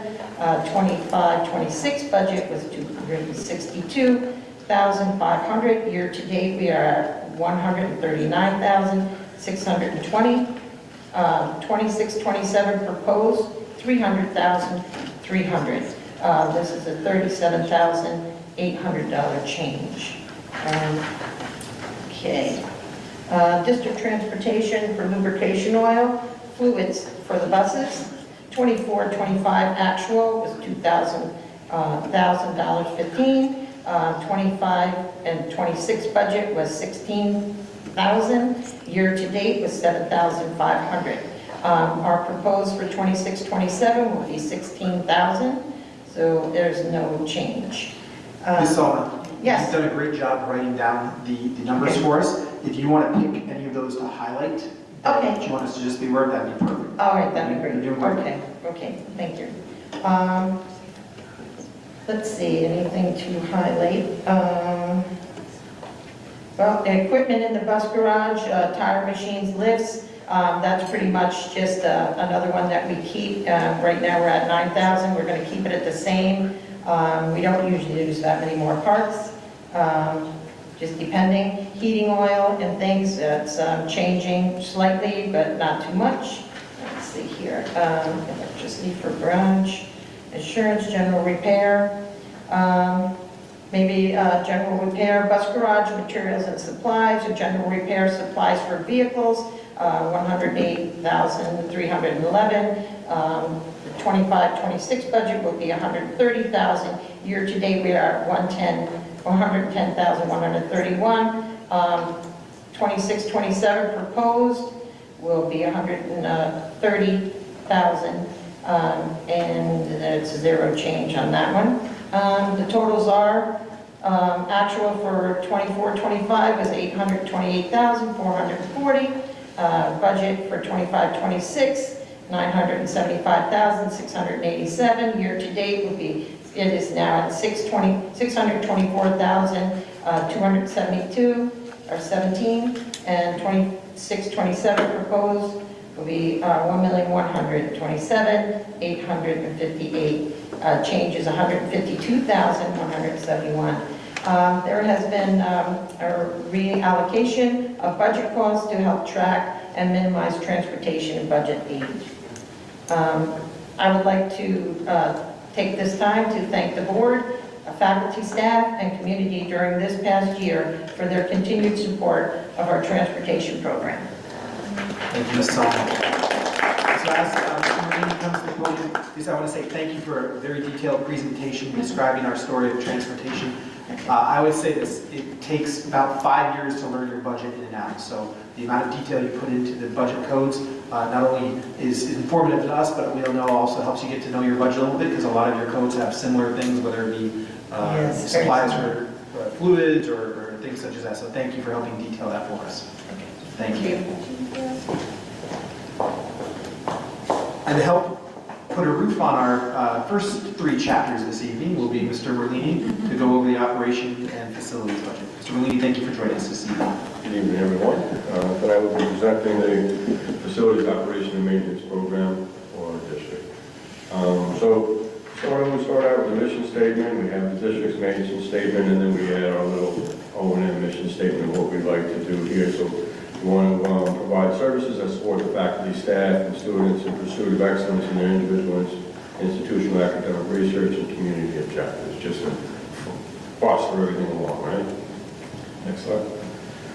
So a little bit of background of maintenance and operations. I'd like to start out with just to tell a little bit of a story of what we do here and what my staff does and what we do to bring in the outside staff and how we use our money effectively. So the types of maintenance we have are normal and routine maintenance, which includes infrastructure and preventive maintenance, and that's typically performed by the district's maintenance, grounds, and custodial staff.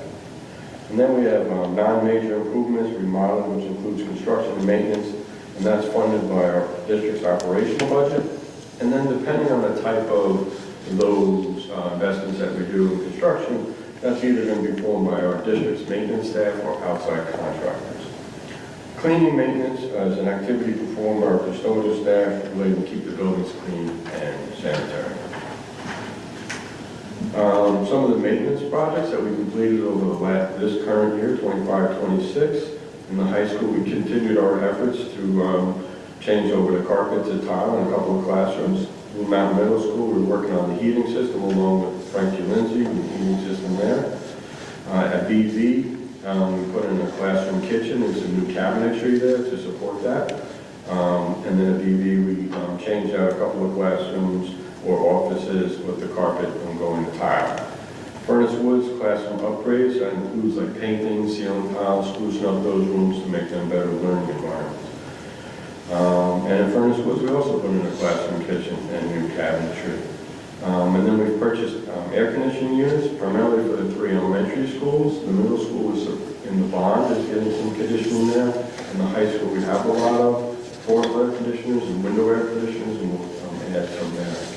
We purchased a greenhouse for Blue Mountain Middle School. It was delivered, part of it today. I think almost all of it's here now. Now the efforts are got to get in, we got to get some foundation in so we can install that and get that up and running, hopefully in the spring. Landscaping at UBV, Frankie Lindsay, Blue Mountain Middle School in Furnace Woods. We spruced up some outside, did a lot of renovation with the landscaping. We've done some door replacements, some painting. We instituted a building use program so we can have outside people come in and they can use our facilities for different tasks along with our own staff and faculty that's here. There's still more to come. We're looking at, like I said, with the middle school, high school, we're looking to do some outdoor speakers here that we've already signed a PO with the contractor to get that going. At BV, I just wanted to, we also want to go back to that for a second. We did some offices there, my construction staff built a couple of offices over there. And then with Benita, we did a joint effort to add some TV screens throughout the district, and our electrical staff did the electrical for that. Next slide. So things that we want to do in the future for our 26-27, we want to continue our efforts changing our carpet to tile in the district. We want to continue our efforts with the heating system, do some small repairs that we can do in-house. At Frankie Lindsay, the flagpole there is a painted flagpole. I want to replace that with an aluminum flagpole so we don't have to worry about painting it anymore. Continue, like I said, continue with the floor replacement, continue with some roofing repairs, some spot repairs here and there, what we can do. I'd like to continue our efforts with the classroom cabinets throughout BV and as well as Furnace Woods. Continue our efforts with landscaping, painting, and ceiling tile replacement.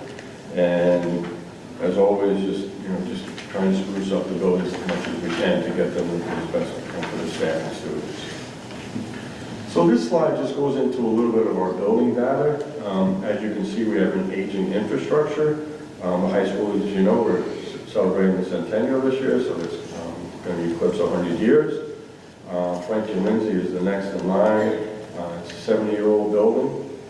There's been some additions and things that have gone on there, or some upgrades and renovations, but we still need to look at all these buildings because they're getting up in years. So there's a lot of different things, the heating system, the plumbing systems, things like that need to be addressed. We do address some of that, and we all know that we have the bond going on, so there are a lot of infrastructure needs that are going to be taken care of in the bond, but there's still more things to do. Next slide. So some of the drivers that drive my budget, electrical is one of my largest costs. We deal with New York Power Authorities. We have solar at the 5 buildings. Con Edison is also a supplier of electric and gas.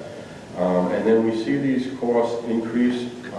We're anticipating that to increase in this coming year. We're looking at about a 4 to 5% increase overall. Solar, how that helps out is a fixed increase of approximately 2% a year. That's a power purchase agreement. What that does is that stabilizes our electrical costs because our electrical costs with NIPA can fluctuate up and down.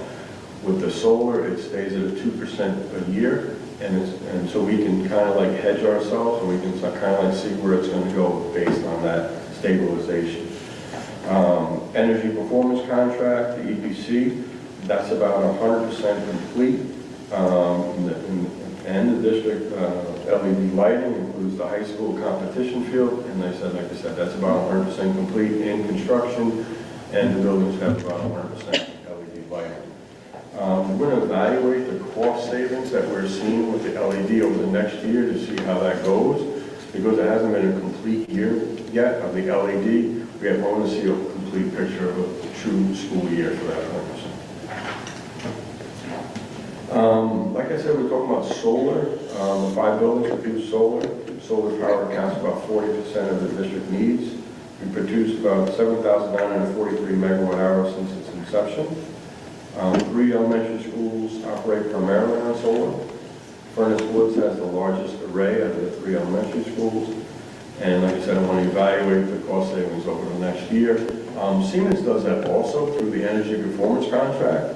They have to, by contract, come in and evaluate all our utility bills to see what we're saving, and then they have to guarantee that saving. So the savings pays for the energy performance contracts, and Siemens has to guarantee that, otherwise they have to make up the difference where those savings don't get realized. Some of the other drivers, fuel oil, cost per gallon has increased a little bit from last winter. I think it's going to stabilize a little bit, but then it generally jumps up in the fall and then it comes down, so it rockets back and forth a little bit. And like I said, the fuel saving measures we implemented with the energy performance contract, we did some weatherization, building management system, which helps control the temperature inside the building so my custodians can see it, where they need to heat up a section of the building or cool down a section of the building. And we have a bunch of new equipment that went in that's more cost effective. Propane, we don't use a lot of propane, but where we use propane is in the kitchens and also for the boilers, because we don't have gas in a lot of the buildings, so the pilot lights and everything like that are ran by propane. Natural gas, Con Edison, to date the usage and cost about the same from last year, and I think it's going to rise again in 26, 27. So if we go to actually the numbers, where we see a little bit of an increase is plant contractual maintenance.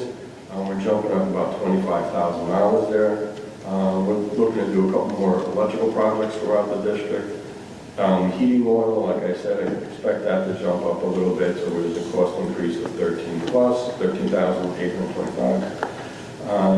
And then if you look at utilities, when you get down to electric, anticipating that to go about 37,500.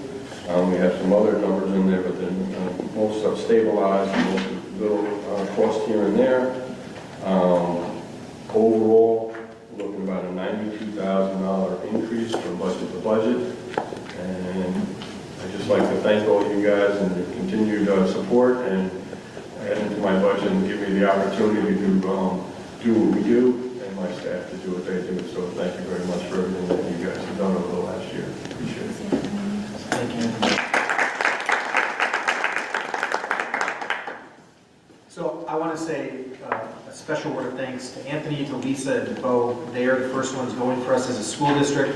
It's always the most difficult to go first, and they represented us so well and demonstrated a thoughtful approach that we're seeing come from all of our budget code owners and all of our administrative team and leaders. So thank you for going first. Thank you for setting the tone. I'd ask you to stick around for our board in the event that they have any questions about your specific presentation. So Greg, if you want to move to the next slide, please. And Greg, thank you for all your help getting us through these slides. The Board of Education's having the Board of Education have any questions on the specific content that they saw in our presentations from our presenters.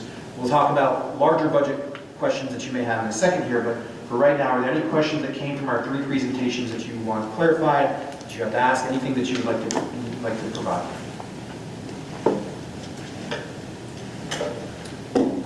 I don't have go ahead, Chloe. So I have a question about athletics. So this past season, I was the captain of varsity girls field hockey, and we had no subs. And we made it to sectionals with no subs.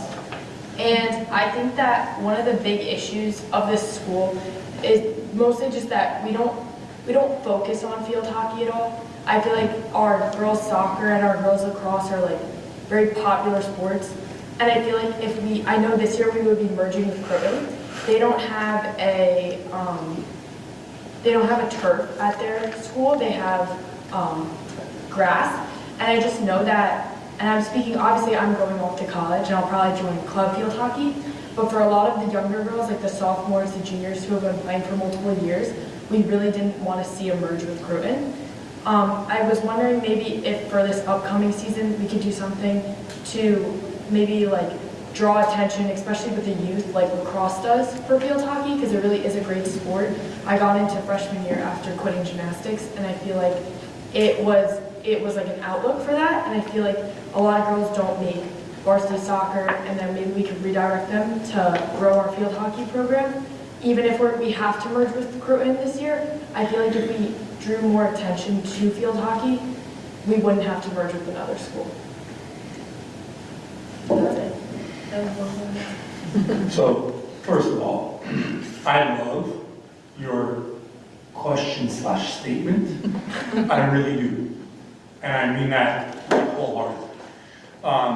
And it comes from passion, right? And that comes from you being so inspired, you're leaving, and you care enough to speak up and say something. Most don't, right? So my hat's off to you. And whoever gets you in college is lucky. Right? We're sorry to lose. I want 10 more of you is what I want. Okay? And I do have answers for you. Big answers. When I arrived, which is now, I'm 20 days old, right, the definition of a varsity coach or JV coach or a freshman coach or modified coach, there isn't one. It's one line. Varsity head coach. That's changing. Period. Right? That's going to change. I've already, I don't like to rule top down. I actually like to take a very much of a bottom up approach, which is why you saw what I did a few weeks ago where I met with all the student athletes, right? After school, before the season began. Because I wanted to hear from all of you before I can do anything, right? And with that, what I'm trying to say to you is, there's going to be a definition as to what is required to be a varsity coach. And once you become a varsity coach, JV coach, modified coach, okay, well now as a program, what are we doing? How are we connecting to town of Portland? Right? My second meeting on October 1st at 11 a.m. was with the town of Portland, who informed me the only sport that they don't have, that we do have, was field hockey. That's going to change. Now, yes, the idea is that we're merging, right?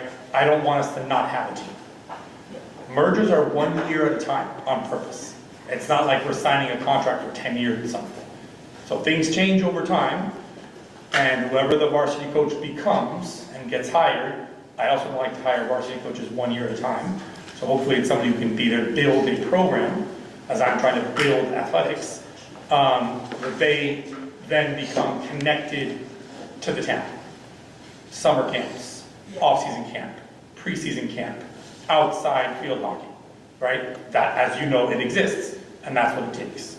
And it might be a 2 to 3 year turnaround, but that's what it takes, right? And yeah, the more self-sustained programs we can have, absolutely the better. At the same time, we have to be realistic, because we only have so many students. We don't have 2,400 kids in the high school. We have it in the entire district. So that's something to understand. But believe me, it's something that I'm all over, and hopefully that answers some of your questions, right?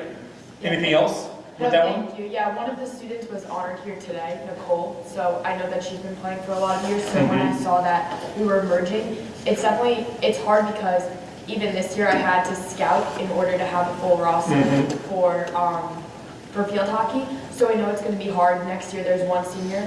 So even if we're merging with Croton, which isn't necessarily a bad thing, I think as long as now, I mean, I know you also just got here, just to know the issue of I don't think a lot of attention is brought to field hockey, but then still we have a bunch of students who are going with not a lot of attention to soccer has 4 coaches or whatever, JV modified, and then the town, and it's really just varsity field hockey. No, so I I hear think it's good. Thank you. The other piece that you mentioned before, we're not playing at Croton. We're housing a team, so we're playing here. Okay. Yeah. That's awesome. This might actually be a question for both, I don't know, Bo, Anthony, both of you together, maybe one of you, I'm not sure, because one of the things you're talking about is also adding modified coaches so we can have 2 teams. For example, girls modified soccer now has 2 teams, so everybody plays. It's awesome. It means a lot more feet on those fields at the middle school, both the softball field and both of the soccer fields, one of which we tried to fix and didn't work this year. Is there any thought or intention into the budgeting for the next few years to fix up those fields? Because Town of Cortland uses them every weekend. So if they're good one day, the next day they're not. And there's 3 fields between Blue Mountain and Furnace Woods, so it's actually 2 schools using all of those fields, but they need a lot of attention. And I know the fields here at Frank G, down in the lower fields, they get football practice, they get soccer on the weekends, they get soccer practice, both the fields. So is there any thought to, like, what are we gonna do to make sure that those are not just usable, but that any improvements we can make to them so that those feeder teams, like the Town of Cortland, who have the little kids who come to modified, and then those modified players come here at the high school, they've got great fields to play on here, but those lower level fields are kind of, especially by the end of the season, they're really hurting. Well, it has to be a comprehensive approach, right? Because the only way you're going to grow grass, which you only grow it in the spring and the fall, is when everybody's on it, in the spring and fall. Right, which we tried to do at Blue Mountain. No programs on there in the summer, no programs on it in the winter. So you have to figure out what you want to do, and then you have to ask the town or whoever to stay off the field for the time being, so you can try to grow grass. And it just has to be, you know, like I said, a concerted effort on everybody's part to figure out where you want to go. Over the last several years, you know, when we had all the other concerns here at the fields that we have here, we bought a lot of equipment to maintain those fields. So now it's just a matter of getting out on those fields to seed them, to split seed them, to fertilize them, to get them growing the way we need to. It's not easy. We have a lot of, like I said, our own traffic, because we have PE classes out there, we have recess out there, and then on top of that, when we go to town sports, which are, you know, anywhere from, 6 o'clock on. All day. So it's a lot, it's a lot to do. It's not an easy task, and some of the places that we've done pretty well. The lower field at Frank G. Lindsay, we had sprinklers for that. We have a hose reel system or sprinkler type of system that we use on the middle lower field at Frank G. Lindsay, which we've had with good success. We've had the turf blankets out there, which we've had with good success. So all those things got to be used, and we just got to work at it. It's not easy, though. No, of course not. No, and the field at the middle school, I know, was coming up and then it was underwater. Well, that one we didn't really have any rain this summer. Yeah. So even though we hydroseeded, which is probably one of the best approaches that we had to it, it really couldn't get hold. But now in the fall, we rehydroseeded it. Actually, that was the contractor. We didn't pay for it twice. The contractor paid for it once. He was responsible for getting that seeded and growing. He had better success the second time around because it was cooler in the fall. We had more rain in the fall. I've asked them to stay off it in the spring, and I've asked the town of Portland to stay off it in the spring to give it almost like a full, year before we get back on it again. So the other issue that we deal with that's right over top of our septic system. So there's only so many things we can do with that as well, because we're bound by other regulations and things. So it's kind of like a tricky scenario. I'll share a small story, right? So when I'm being hired, this is May and June, and I come into the district office, and almost all of you were there, and they asked me, you guys asked me to do a facilities audit, trying to put a video together and pictures and stuff, and I asked the question, is this area a wetland? Can we do anything? And I was like, yes. I was like, so the question becomes like a supply-demand question. We've got all these kids that want to play these sports.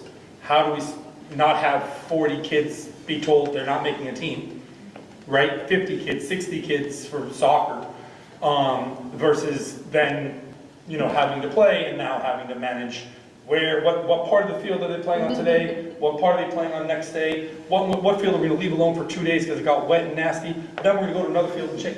That's what happens. Yep. Right, so it's a juggling act. Erica?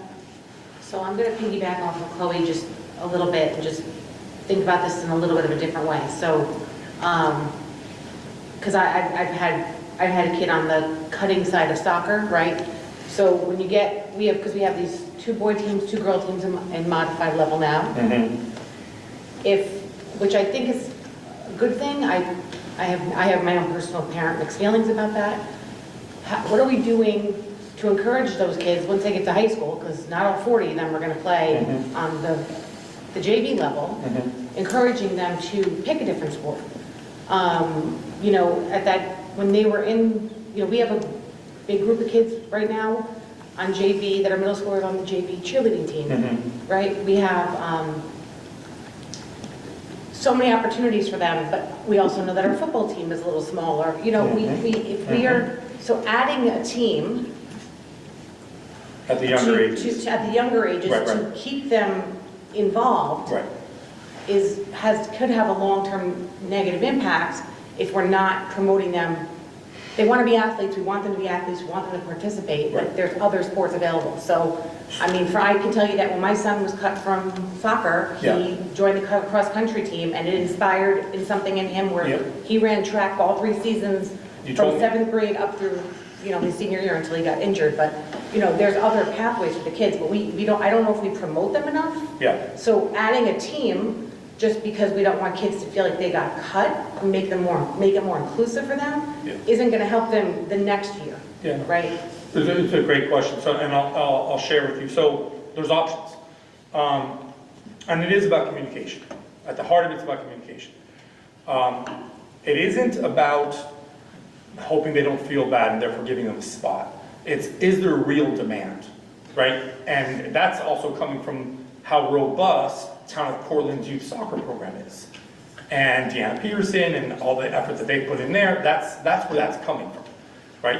I went to those games, the modified games, you see backpack upon backpack upon backpack of Town of Portland soccer, right?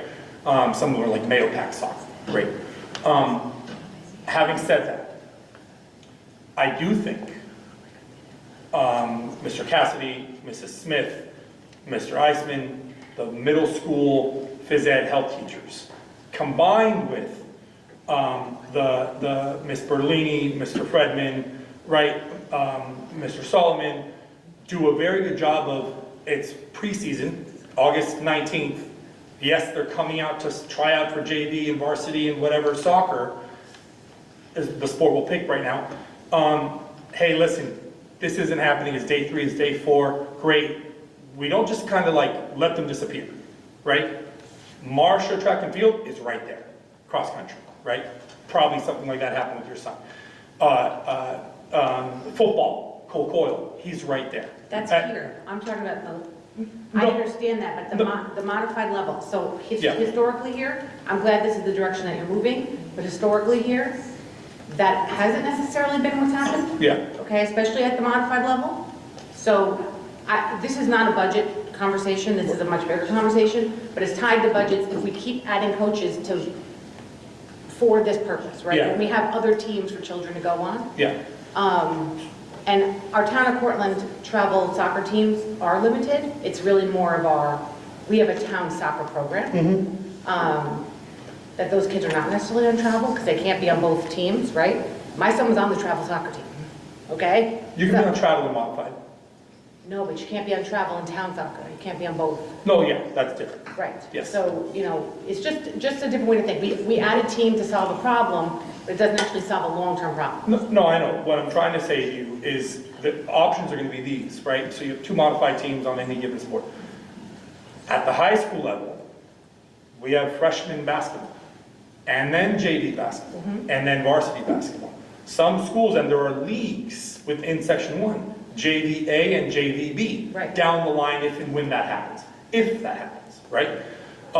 Which is then simply supplying the demand of what our student body is asking for, right? If there was a demand for 50 kids of playing field hockey, we would supply it, right? We would help it. The students that hypothetically don't get picked, we offer 5, 6 other sports at modified level. They know about it. They know about it through the phys ed teachers. They know about it through the messaging and through Parent Square and the sign-ups. Our sign-up for next season is going out February 9th. Right. That's how they find out. Can that be better? I'm sure it can be. I'm sure it can be, right? Does that help Yes, I'm just answer that? like, I just, from the budget perspective, like, just add a team when you have, I'm thinking about it from a budget perspective, just adding teams and what the cost of that is, you know, to double that up when we have other space for them. So you did answer my question. Thank you. Does anybody have any other questions based on the presentation?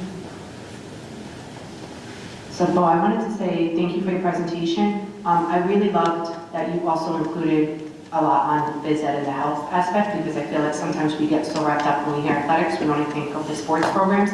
So I wanted to thank you for that, and you do have a lot to look at as you're moving forward, because a lot of us do feel, as you can see, passionately about the sports as well.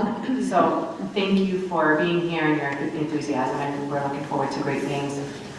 Lisa, I wanted to say thank you to you. I was really touched when you were speaking about what our custodial drivers mean to this district, and I can just think of my own son, and he used to draw his bus driver a picture every day, and then it was him on the bus, and then him riding the machine to clean. Like he was obsessed with him. So yes, they do know our community, and they are invaluable. So thank you.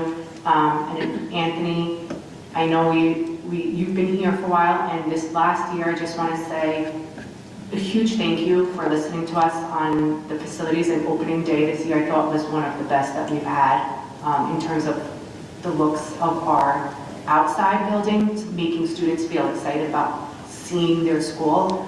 So thank you for that, and we look forward to everything as we move forward. So to piggyback on President Silverman's words, thank you, Ms. Salma, Mr. Malini, Mr. Morkey, for again leading us off for this. You're more than welcome to stay for the rest of this evening's presentation. I will say it sounds as if Mr. Morkey, you and I should probably regroup on perhaps an update after you get a little bit more of the lay of the land as you're here. We can field some questions from the Board of Education on matters that you might like to have updated in the public session, and we'll work to put that together so that the board has some answers to those questions. Can I ask something? I don't know if it's my place or whatever, but Chloe, to answer your question, I think Croton just put in an artificial field this summer. So in September, I think they just finally opened it. That doesn't answer your concern, and I understand your concern and how you want to make it hen HUD and field hockey here with your peers and all your friends. But yeah, so at least they have a turf. Yeah, that's good. Thank you. Thank you, Anthony. Thank you. Thank Thanks.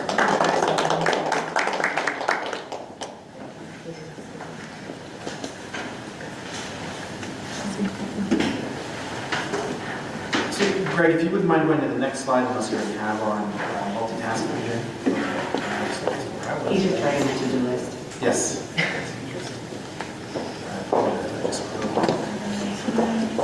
Good night. Thank you.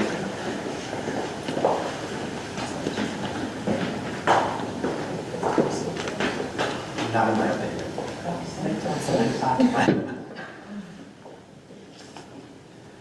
Okay.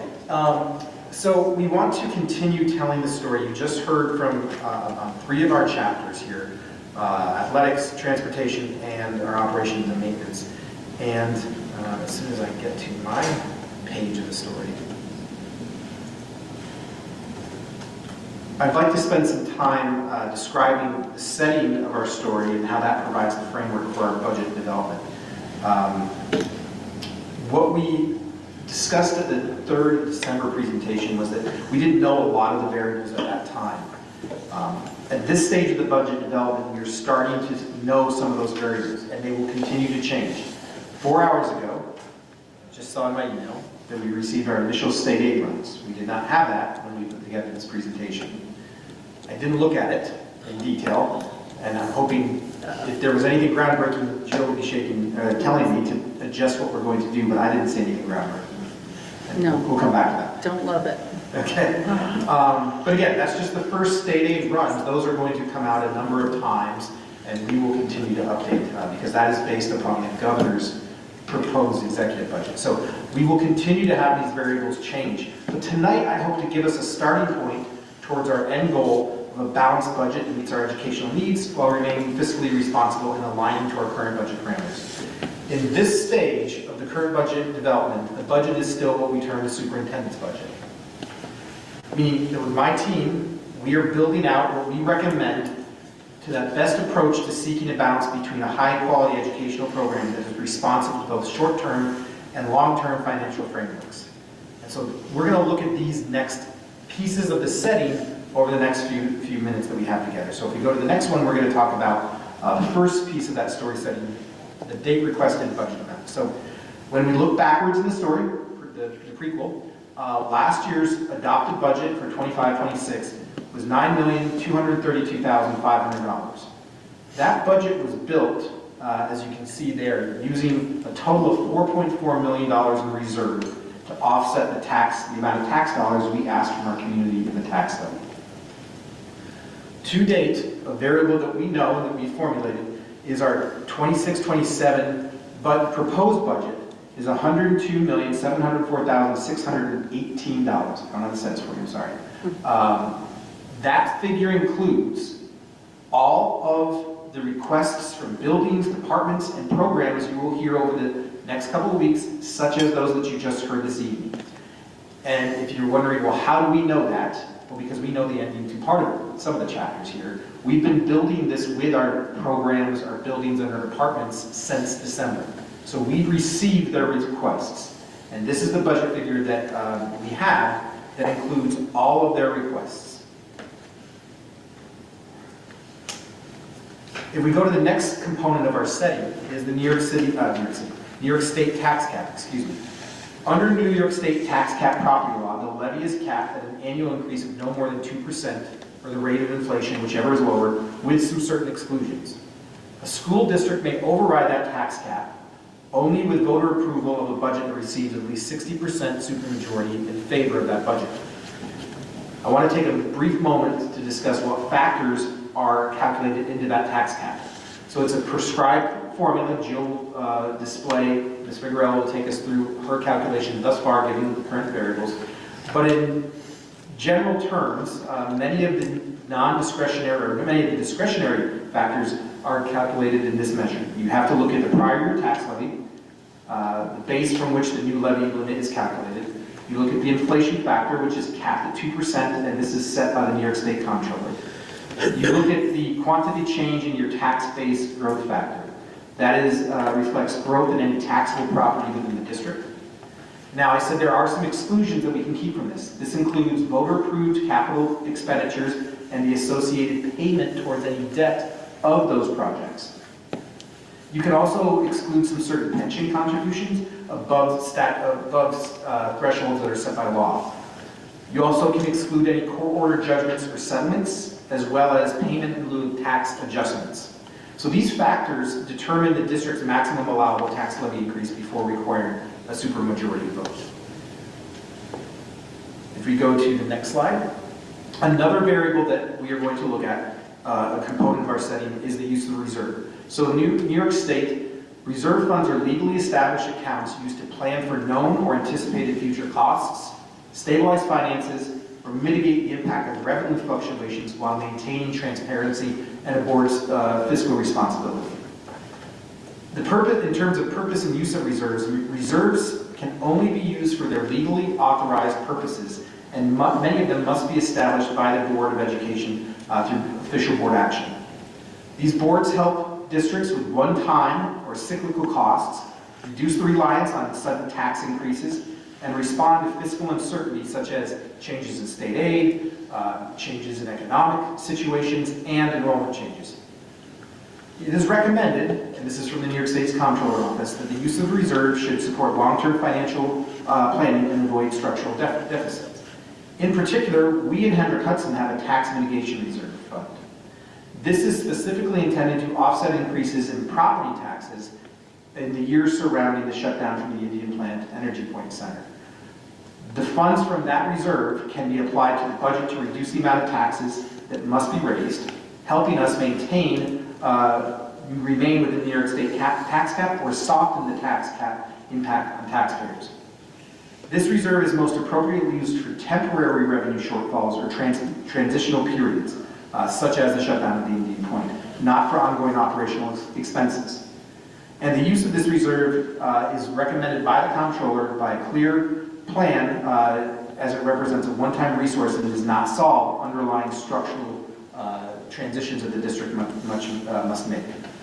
So talking a little bit about reserves in general, let's take a look on the next slide about some of Hendrick Hudson's reserves itself. Well, before we get to the specific reserves, I want to go backwards into another story.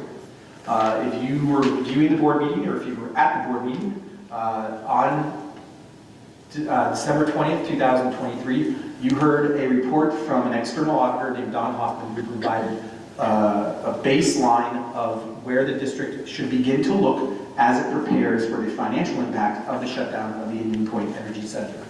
I've linked that presentation in this presentation, and I'm going to focus specifically on slide 7 and some of his speaking notes associated with that.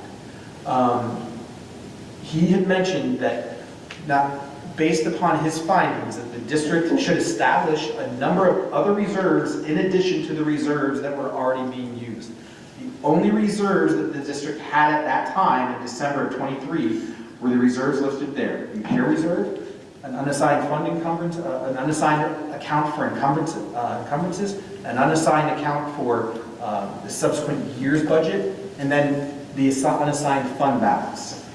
His main feedback as we plan to utilize was to establish a number of different reserves. Now, fast forward to today, if you go to the next slide. This current slide lists all of our current, this slide that we have here lists all of our current reserves as established. So thanks to members who are sitting on this board and previous boards, you took these boards of education, took Don Hoffman's advice and put it into action. You can see here, we have namely a capital reserve. No money in there yet, but we'll talk about that. A capital reserve. You have the employee retirement contribution reserve. If you look at his specific report, he specifically said to establish a number of those reserves. That includes the employee retirement contribution reserve, the teacher retirement contribution reserve, my favorite acronym in all of education, the EBLAR reserve, or the employee benefit and accrued liabilities reserve, and of course our energy tax system stabilization reserve on the next two lines, which is our current, reflects current usage and planned usage. And then you can see the assigned reserve for outstanding fund purchase orders and fund balance. I want to show that and think of these reserves in general, because the tax mitigation reserve that many of us zero in on is only one reserve out of a larger amount of reserves that we have established. So if you go to the next slide. Another component of our story setting is expenditures and reduction. So for our district, making programmatic cuts can be fiscally responsible even when the budget is technically balanced, when we're in a tax cap, or when our revenues equal our expenses, particularly within the constraints of our tax cap and long-term financial expectations or planning expectations we have. A balanced budget is achieved through the use of reserves does not by itself signal structural sustainability. Reserves funds, especially our tax mitigation and EBLAR reserves, are finite reserves used for specific purposes. Relying on them without adjusting expenditures can mask underlying cost pressures such as contractual salary growth, benefits litigate, inflation, and enrollment shifts. I'm suggesting, and you'll see in a few slides here, that we implement thoughtful programmatic reductions even in a balanced year, because this ensures reoccurring expenditures are aligned with reoccurring revenues and reduces the risk of larger, more disruptive cuts in future budget cycles. If we want to go on to the next slide. So I took the great discussion that happened at our December 3rd board meeting and worked with our cabinet, took a look at some of what was discussed there, and I came up with the following parameters that we built this current year budget around and will continue to build this current budget year around. They will guide our approach in the fine-tuning of our budget as we move towards the adoption of a 26-27 budget. We will review these parameters at each board meeting as we hear from our department, building, and program heads to make sure that they still fit the board's desires as we build the budget. And then the next slide we have is my recommendation.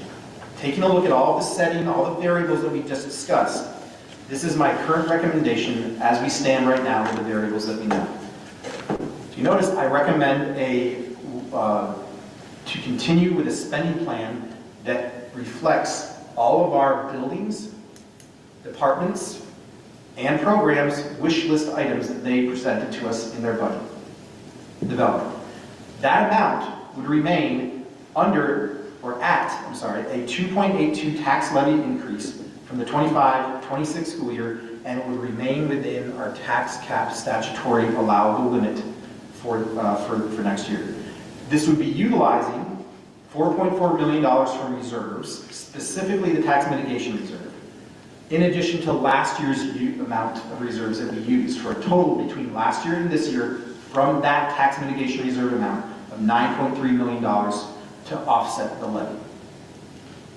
Now, just said a lot, and I'm sure there's some questions around that, but we love rhetorical questions in our administrative team meetings, and we spent some time talking about some of these rhetorical questions. So spend some time anticipating what some questions about those recommendations might be before we move on to the board Q&A. So one of the questions that comes to mind would be, why is the district recommending the use of reserves? And the bottom line is, our reserves, even if we were in a financial situation that did not have the shutdown of Indian Point, reserves are used by school districts to balance out the amount of tax levy you have to ask from your community. Looking in conjunction with reductions in spending, these are all ways that you can limit the amount of money you are asking on a New Year's levy from the tax base. We are fortunate enough to have the tax mitigation fund to avoid a large increase in our taxes. That's what it was meant to do. It was meant to soften the blow. And each year the plan, even as described by Don Hoffman, was to go through these next couple of years as we adjust from the shutdown of Indian Point and increase the levy to the statutory amount without going over and using appropriate amounts of reserves each year to make sure that you soften the blow and it's not this huge financial crunch.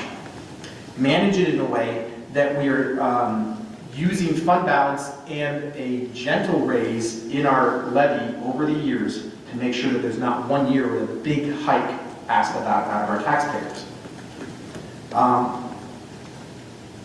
Question that might come up is, will we have reserves in 2030 if we continue to spend at this amount? And I want to go back to, Greg, if you could, to the slide where we listed our reserves. The answer would be yes, because we have more reserves than just our tax stabilization reserve. And I want to remind everyone that we did not have this many reserves when we started this conversation. So the board, the current board, and previous boards have done a wonderful job of making sure that we have enough reserves outside of that fund just meant to offset the loss of Indian Point and mitigate the tax increases that may need to be assumed by the school, by our community. At the same time, it's important to note, in that presentation, Don Hoffman shared how much he suggested a district had of a percentage of its total budget in year to year. His suggestion was 10% of your overall operating budget. We projected out here to 2027. If we consider that we'll have approximately $105 million budget, we'd be close to that amount if we, as we used up the tax mitigation fund. So just something to keep in mind from that presentation as well too. Thank you, Greg. If you could go back to the administrative explanations of those recommendations. Is the district considering any other measures to be financially responsible? Yes. When we talk about this, if you were to walk away with the suggestions that I gave you right there and you were to say, hey, we're happy with everything, I would still likely come back to you and say, we need to take a look at some things that we can cut on the expenditure side to make us financially prepared for the next school year or for future school years. Because if there's things that we are doing that we don't need to be doing, that will always have an impact on students. You could argue that anyway. But if we know that we're eventually going to need to we're going to need to find efficiency some way, and we can make them this year, we will still recommend those to you. Will we ever have to suggest a tax cap, aka pierce the cap? What we are seeing is if you look at states such as the two states that have the longest enacted property tax threshold or tax cap are Massachusetts and California. And what they saw is after 10 years, they saw an increasing number of school districts having to go to pierce the cap. The main purpose of the tax cap being implemented, if you remember back there, was to reduce school district reserves. This was the setting in 2010 when it was passed. There was a sentiment that these school districts were asking for more and more tax dollars each year from their constituents, yet they were sitting on large reserves.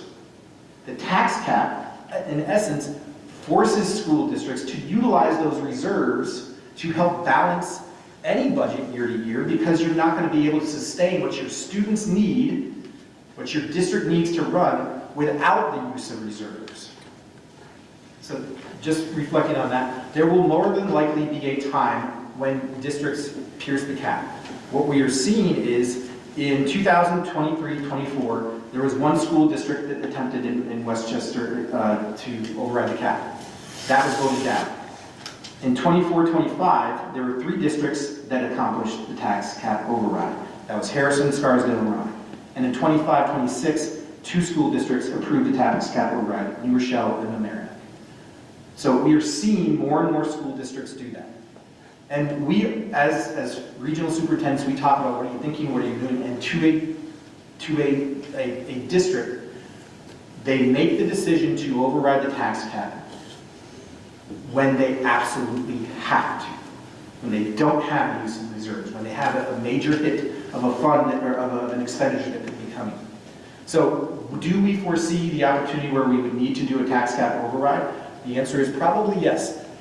However, we want to make sure we hold that as their ace in the hole. If there's we don't know the state of the economy where there could be a large financial downturn. We feel that with this suggested budget, we can provide the absolute, a high-quality educational environment for our students, use an appropriate amount of reserves, and also make sure that we are using those reserves in an appropriate way. So, anything from my team that I missed that you want me to highlight on? Okay. At this time, I've said a lot. What I'd like to do is I've suggested the following. Greg, would you go back to what I suggested? I'd like to solicit from the Board of Education some initial thoughts on the priorities, parameters, and recommendations that I just made, in particular the allowable tax cap and levy amount, the use of reserve funds to reduce costs and offset levy, and do we wish to adjust the current parameters? So I'll turn it over to you, President. And you're passing it without me. End. No, I'm sorry. I was just being cognizant of the time and understand Chloe, Berlin, student. Anybody have any questions or comments for the team?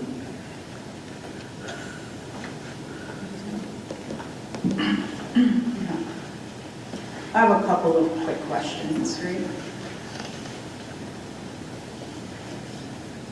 You're using 9.3 million, right? So that's from the fund balance itself. And we're currently at 26,712, right? 26.7 million at the end of June 2026 based on the numbers that you had before. That's Right. Thank you. That's anticipated at the end of this year. So let's just say we're using 9.3 this year, 2028 to 29, we have to use 9.3 again, correct? It's more than likely, it depends on how the expenditures play out at the end of the school year and how the revenues play out, our state aid, et cetera, right? So, and the remaining funds that are left over. 2029 to 2030, another 9.3. That's 27.9. Our entire fund is gone, right? Now It could be if that's the trend. That's the trend, right? Now I go to the cessation fund. It's reduced every year, $2 million until 2030, right? So this year we have 6.1. The next year, let's just assume it's 4.1, and the next year is 2.1 million. If we don't even have money in the reserves left after doing this at 9.3 each year, we haven't even addressed making up the cessation fund, right? And we also have to think about after 2030, the cessation fund is completely gone. So that's another $2.1 million come 2031 that we're going to have to make up. That's not even accounted for here yet. In our budget, and I don't mean to interrupt, but I just want to clarify, in our budget, we do account for the reduction in revenue, so that $102 million, that reduction in the cessation fund is counted in our revenue and expenses, so it's... This year. For this year, correct. So what I'm saying is going forward... We don't have to use additional reserves to pay for this year. Right, but what I'm saying is if I just do the math on 27 to 30, right, 2027 to 2030, we're at 27.9 just for those years to get us there. And our current fund is 26.7. So my question is, anything happens, we have $0 left and zero cushion anywhere else. And I guess my question is going to be to the team is, I would, and I'm only going to speak for myself, I'm not speaking for the board, I think that a discussion needs to be had about us going over the tax cap to ensure that people have a soft landing over time, right? Because right now, this seems like we're just avoiding the inevitable of what is going to have to be done. And I think if you say to everybody, if you pay an extra $500 this year and an extra $700 next year and an extra $900 the following year in 2030, when you get to 2031, it'll probably be the same. As opposed to saying after those numbers, maybe you're paying $2,000 in 2031, right? So in my mind, I think we have been very financially responsible in what we've been doing, but I think I need to see from the administration is just a synopsis or a spreadsheet that shows me what it looks like if we gradually do the increase and gradually go over, as opposed to just saying we're using all of our money and leaving us with absolutely nothing. We'd be happy to put that together. When we talk about gradually using the increase and going over, so we wouldn't know what next year's tax cap would be. We would know what this year's, in around that way, in this year's tax cap. We'd have to use 2% as an estimate for that, and we don't know if 2% is going to be our actual tax cap. Is that? Do we have projections? We do have some, but we don't have them. I mean, all this information now has to be updated because the state aid just came out too, so. Well, in particular, once we get your guidance from the table here, we'd be happy to start running those projections based on that, those new solidified variables that we have. To kind of piggyback on what Tamika is saying, I think what going forward is important to see it's important to see what going forward looks like, but it's also important to see like what if then scenarios. So if this is what you're recommending a certain route to us, right? Using X amount of reserves because our tax cap levy is approximately 2.8%. What does that look like if we pierce the cap up by 2% or 4%? I think to give us an idea of what the number could look like, and then also with that, giving us an approximate line under that, showing where our reserves will land, could land. We all know that this is not an exact science. We are really well aware of that, and we respect that completely, I think. Not that I want to speak for everyone, but I think we really fully understand that. We are in a really tough position, just like all of you, to make sure that we are fiscally responsible to our community. And that, unfortunately, takes a lot of time to prepare so that we have a full understanding of what we're putting forward to asking our community and what is feasible. We have always wanted to stay as close to the tax cap or as even below the tax cap. I think we've done that for many years at this point, even with a $25 million shortfall. So, but everyone knows we have a $25 million shortfall. So I think we have to see the what if then.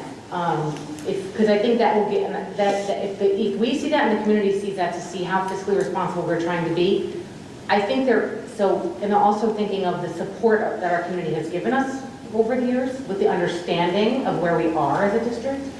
Like I'm not comfortable right now saying to you, oh, we have to go over the tax cap right now, but I need to see a few more different scenarios, and then I would be more comfortable making a recommendation one way or the other. Understood, yes. And two things to that. So we want to put together some projections once we solidify on where some of these variables are. But then also what it would look like for a tax cap of 2% or 4%. Is there a starting point on override? Because you could theoretically override the tax cap at 2.83%. Yeah, I know, we have to give you a number. I don't know, Tamika, do you have a number that you're comfortable with, just to see? I think you have give to an see range? what it does to the whole chart. Right, It's a so balance, that's the thing, right? It's like, it's, So I'm just gonna butt in a little bit. So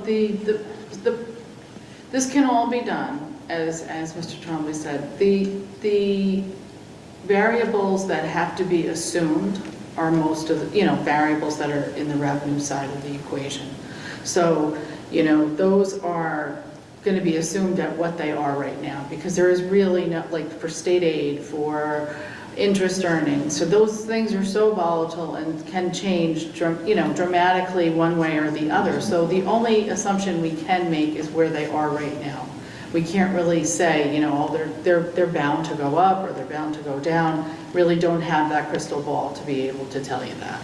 I can add money to the tax cap and say, this is what your tax levy, this is what your tax rate will look like probably if all the assessments stay the same, if the equalization rate stays the same. It's a lot of assumptions, and I know that's all you really have to go on. But I have to have a starting point as to, are you thinking, how much are you looking to put towards the savings? That's how much I would need to add to the tax cap to tell you what that estimated rate would be. I hear you. I don't actually think that's the question. I think the question is, last year, what was our tax cap last year? 4.56. What does that look like? As far as the tax rate goes, the change in the tax rate, or the... No, expecting the community to support that To again. understand, like, we had used this much of our reserves last year, it's 4.56. how much would the fund balance? And then, yes. Right. So there's a little bit more left in there. Is it using the same amount of reserves? Is it cutting programs? Whatever we did last year, looking at it, you have to have something that, I don't think it's fair for us to sit here and say, well, we want you to use no more than 6 million in reserve. What does that look like? I think because we have no idea what that really looks like long term. I think it's more of, our tax cap this year is very low. It's lower than it's been, right? So Right. I think we have to say that out loud. And yeah, I want to piggyback off that, because I feel like a lot of times we say the word tax cap and we either want to stay under it or go above it. And I feel like people hear that and they're like, oh, of course we want to stay under it. But if you compare last year to this year, the tax cap is Way lower. It's way lower. So if we were to say we want to pierce it, it would be similar to what we did last year. And I think the community needs to understand that. And I know I'm jumping ahead. In 2 slides, you show what that impact would look like on a $500,000 assessed household at 2.82. I think if we again show that, if we move forward, what that would look like if we were to go to a similar to this year, 4.5 or a 6, but for the community. I don't know if that's, We'll put that in the next presentation. we have that.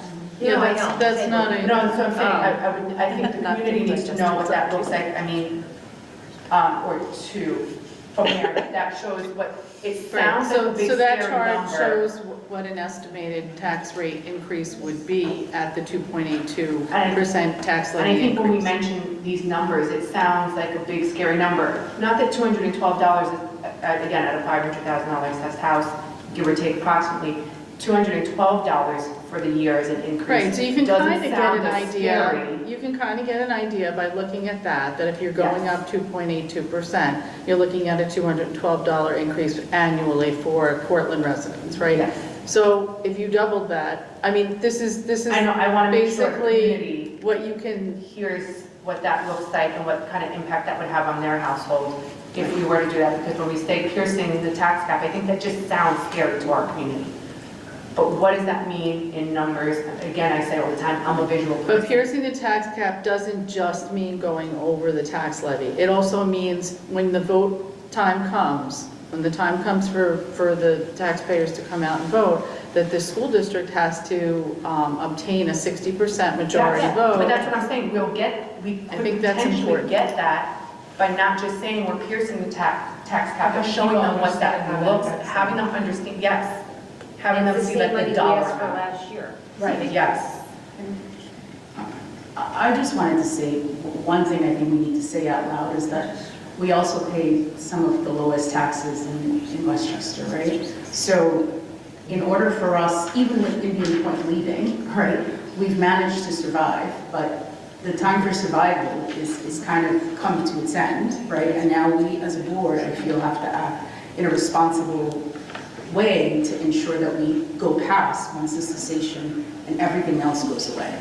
My suggestion would be, last year it was 3.5 that we used out of the fund balance. There's a little bit more. Yeah, we might end up around 3.5 at the end of this year. I would recommend if we can try to go use 6.6 million, and then we see where we land there, where the tax cap goes. And the reason that you're saying this is because, I'm just reiterating for all of us, is you want to see those funds extend out further while we continue to build financial Correct, stability. it'll get us to 2031, and it'll probably even allow us to use a little bit less and still have a little bit of cushion so that we're not completely depleting it at the end of every year. So that's my thought process. Mr. Trombley, you had also mentioned strategic cuts to make to balance the budget in a more sustainable way. When do we get to see those ideas so we know if we're going to be able to reduce any of these numbers? Because that will also help us in this conversation about how high do we go, how much do we pierce, are we above 2, do we go to 4, I think if we had, because I think that could be significant to, especially since we're now getting state aid numbers that don't sound like they're going to be as helpful as you hope. So, I mean, we might, I don't want to cut anything, I'm just saying that out loud, but if it comes to it, that's going to factor in really, really big on these minute, detailed numbers that we're talking about now. So I kind of feel like I can't even really make a determination about that until I see what would be cut and how that would affect the budget, and then sustainably, what would that affect the budget going forward to what we're talking about, 2030, right? Would it reduce that line? What it would look like is, once we have a clear direction on, because a budget is revenue and expenses, and there's only so many ways if we need to get to a number which is lower than what we're looking at. You can either increase revenue, it's pretty hard to do in a school district, bake sales don't make that up, or you apply more fund balance, you raise taxes, or you can cut expenditures, right? So once we have a clear direction of where some of those other variables are going, last year when we had a look at, once we were clear on the direction of the use of fund balance that we were going to use, and what our tax cap was going to be, and what we were comfortable with there, we said, okay, we need to make some of these tweaks. As an example, one of them was a discussion on the number of teaching assistants we have in the district. And the discussion came out, and then we had that discussion, and there was some feedback given that perhaps there's something else we can do, and we suggested, okay, we need to get to this number, we're going to, and rather than reduce it in this area of the program, it's my recommendation to reduce the number of permanent subs we have in the building. That's how that would look like. So sharing a menu of everything out there is not going to happen. It's not appropriate, it just causes anxiety, and it's not the way you run a school district. We're going to take a look at, within our parameters, we're also going to take a look at where we need to be, and we'll offer suggestions, and we're open to feedback on how that looks, but a whole menu of items is not going to be presented. No, I don't think that was her question. I think that Allison was just wondering, like, if there are cuts that need to happen, and there's like a few different things that might happen, when are we going to go over that? Yeah, once we have a better understanding of what amount of fund balance we need to use, where we are with the tax cap, we're extremely far ahead in terms of a budget timeline, and I thank the board for that, having this conversation right now, because this gives us direction as we're going into the spring. So once we cohese around some clear numbers, particularly on the use of fund balance, and on the tax cap, we can definitely bring those to the table.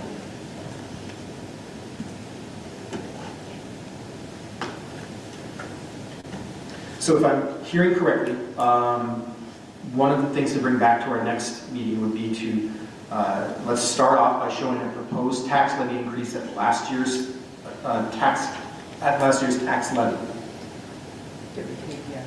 I think either way, though, we still need to find efficiencies, even if. Of course. Yes. Of course. Oh, okay, so then I didn't understand the last thing that we were just talking about. Well, we wouldn't know. He's trying to find efficiencies. So we have to a, know kind of what number to hit with, you know, there are levels of efficiencies that they have. I think what he's saying is he's not going to publicly say we're getting rid of the art program at this table. We are not. that's going to be But I think that's what that's what he's saying, is that they're not going to, oh, sorry. She said she's getting rid of math. I think that's what we're saying is we're not, I think what he was saying is we're not going to state that specifically. He's not going to get specific there, but. I mean, are you guys comfortable with the $6.6 million starting point from the fund balance? I think we have to start there. Yeah, and I also want to just like to see where to look at the if you do Right, last so year, so in order to give them a better direction as to where to start, right, you guys need a starting point. If everybody at the table is comfortable with saying 6.6 is the amount we're all comfortable with to review in the fund balance being used next year, then they can go back and do Jill can do her magic numbers with the spreadsheet and show us what it looks like. I think what is critical, and we asked for this in finance, is just the way you outline the below of like what the dollar amount is really lets people see it instead of just spitting numbers out to people. You can say that's $200, that's $300, right? I think this little summary below is great because if we know what last year's was and what it could look like for the other ones when we do it, it'll be easier to kind of talk people through. So last year, yeah, what do you mean when you know what last year? Because last year's on there. So Yeah, you do, yep. Yep, all right. So what we're hearing right now, and just to summarize a little bit, is a 6.6 use of fund balance. Just to get an idea of what that is. current year, in addition to last year. Instead of 9.3. No, she's saying instead of the 9.3, which right there and then, we're talking about cuts, because that's a difference of $3 million. Is $7 million a better number 2.7. to start? What's that? Is $7 million a better number to start? Well, no, I'm just saying, so where you're gonna see the difference is in cuts, because we've balanced everything, and except we haven't added in the actual aid that we know we're getting yet, so. I don't think we were saying cuts, we were saying, can we see what the tax levy would look like? So you're saying if we go over the cap by that, okay, correct, okay. I'm just making sure that I have that. For percentage, and then what does that look like for our example? Okay, so not changing the budget, the appropriations, but rather Under steps. I'm just going over. Yeah, I'm saying show us what it looks like going over the tax. Okay. And if we can also just have the examples, Jill, on the bottom like you did here. Yeah, absolutely. No, I'll redo that so that we have those examples. I'll do a few different iterations. So just to confirm here, we will be using last year's levy increase amount, the 4.56? No. Did I miss? I think what, I believe what you're asking for is if we were to have a $6.5 to $7 million use of fund balance, but get there by going over the cap rather than staying under the cap. Using the fund balance, without cutting programs. Right. To stay under, we would have to cut programs. I don't know how much work this would be for you. If that number is wildly different than the 4.56 that we used last year, could we see what the 4.56 would be and what that would be as the amount of fund balance needed? Yep, I understand. If it's give or take within that ballpark. To have that same increase, what kind of fund balance would we need to use? So if the tax increase when you're doing that is up to like onwards of like 7%, could we also then see what if it was same as this year, and what would that look like fund balance? Sure. Thank you. And then, Alexis, to answer your question, we would still come to you because to be financially responsible going into years that we don't know, there are operational and programmatic items that we would still look at to remain fiscally responsible, so that we are not having to make up year after year if there's something that we do feel can be assumed by the district this year. Anybody have any? I just have a question. Would part of that plan, in terms of preparation, right, with those numbers, if there was a tax cap override budget that failed, should we also be preparing for the contingency piece of that in terms of cuts? No, we would go to cap, wouldn't we? No, I'm saying in terms of preparing,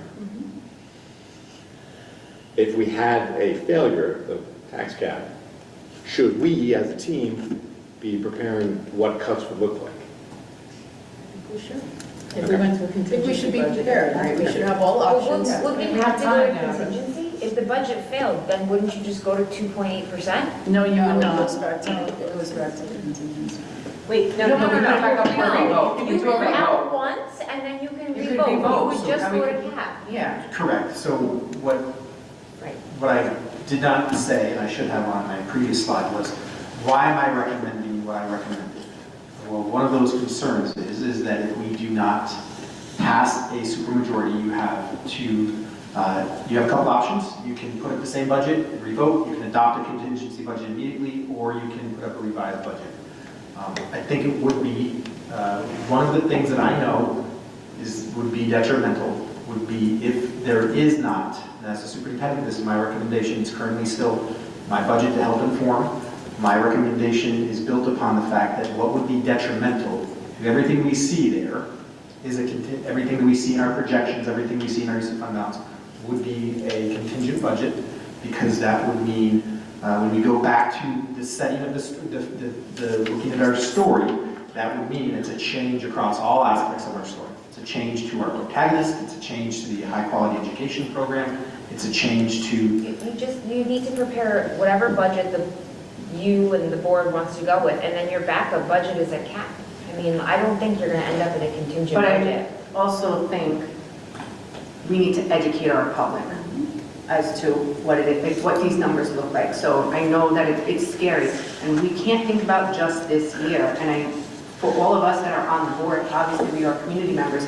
We want to remain community members. So if we are going to say, let's not explore that option, I would like then also and even if not, I would like to educate the public. If we were to stay at this tax cap of 2.82, I know it's a lot of the what-if gains, but what would it look like then for an increase in 2030, 2031? Because then with community members who are going to be like, well, I can live here this year because I can afford the 2.82, but then when we get to 2031, and that's a big, huge increase, right? Like we need to educate our public and not just scare the public and saying we're going to go over, but educate them as to if you are planning now for your future, you're going to be in a better spot than we keep kicking that can down the road and 2031 hits us and now we can't. So our goal will continue to be not to kick the can down the road, but to balance appropriately the use of fund balance, the use of tax levy, because the school district has been doing a great thing. We've been going to the maximum allowable amount. That is a recommended approach to allowing for this soft landing with use of fund balance to not have that big spike while maintaining a passable limit. So yes. And that's been our plan, right? So that's fine. I just want to reiterate something, and I think we probably should get these numbers together as, like what Amelia is saying, to sell it to our community. What percentage of our community came and voted yes to a 4.6, almost 80%, 78%? Okay. So I'll get the specific. I think it's really important that we show the comparison. We have to think about that. This community has supported our budgets with this looming, the community overall that comes out and votes has an understanding of where we are, is my point. And I think we have to stop the doom and gloom conversation of, I hear you, Mike, I understand it's scary as a superintendent, it's scary for us too, but it's also scary to have to Worry about years after. to worry like this all the time. Our community does support this district. 78% last year voted yes. So it is true. I mean, it's not like we were at like 61%. We were at 78%. That's solid. So I think that's what we're saying as a group, that we are collectively comfortable looking at different parameters and selling this as we want to retain as much program as we possibly can to stay competitive in Westchester County and New York State for all of our students, because we have programs like we have that have inspired our kids. I mean, my children were inspired going to school here. I would not want to see a kid not have opportunity like Project Lead the Way. That is exactly why these students, and I know many of them, are choosing the pathways they're choosing in their futures and in their careers, and why they're going to certain schools. We did that here. We want to make sure we can retain as much of that as possible to keep the children inspired in whatever pathway they love and enjoy, with an understanding that we do have a community that solidly supports our schools. So, and I just wanted to promote, we will be posting our meet and greets that are going to be coming up during the budget season. That would be a great time for community members who are unsure of what does this impact have for me to come out and speak to us and give us feedback. Like, this way we're not going to be blindsided and surprised the day of the vote. If people want to come to meetings, come to our meet and greets for a small group discussion, we would love that, so that because we're speaking on behalf of our community right now, so we would love to hear from the community to see if they support what we're saying, or they're like, no, we want to stay below, right? Absolutely. I think one of the things to just highlight, just on the spreadsheet that or the presentation that was done, right? If we did $9.3 million, it's a $212 increase. It's less than $1 a day currently, right? I would like to see what those numbers look like going over the cap, so that we can see what it looks like going over the cap. So maybe it's $300. You know, I mean, it's good to show these numbers so people understand it, because if you told me I could pay $300 now and whatever and keep going, instead of just falling off the cliff and all this uncertainty later after 2030, because there's so much uncertainty. We don't even know what state aid's going to look like, and that's been like a place that we've actually gotten more money every year, right? Like, what if something happens and we're not preparing? And I think as a board, and again, I just need to speak for myself, I'm not going to speak for anybody else, I just feel like we've done the best that we could do for a very long time, but I think it's time to educate the community on what it needs to look like going forward, so that everybody that lives here could survive and stay here. And people can plan year to year. Yes, absolutely. As best as they can, you know, knowing what to expect year over year, in a limited way, obviously. And I just want to say, as uncomfortable as some conversations can be, I feel like if as a team sitting at this table, we all do our best and speak to all of the people that we know and communicate to them why we're doing it, what that dollar looks like, explain it to them, and have them ask us questions, give us their feedback. Maybe, like Amelia said, maybe people don't want that. Maybe they wanted to just stay low. We need to engage the community to just get feedback, and then we can make an informed decision based on that. But I think, Jill, going forward, I would just, you know, I think we need to just see what that looks like so we can make an informed decision. Okay, thank you, board, for your feedback and your input. We will regroup as a team and get that information prepared for our next budget presentation, which if we go to our next slide is the budget development calendar. You can see some key milestones there. In particular, you'll notice the school budget vote and board election on May 19th, 2026. We skip to the next slide deck. We will, as the board mentioned, we will be publishing some dates for meet and greets with the Board of Education, where you can ask questions of the board and myself about our budget development process as we go through there. And once we do have an adopted budget that we can detail and explain, there will be a number of feedback mechanisms, including a thought exchange. Ms. Figuerella and I will have virtual town forums and in-person forums at various days of the week and various times of the day, so that people who have schedules that might not adhere to a particular date or time can be flexible and attend there, and we will videotape those so that they can be seen as well. And then additional, just some mandatory reminders that we want to start, I'm sorry, Greg, if we go, the next one.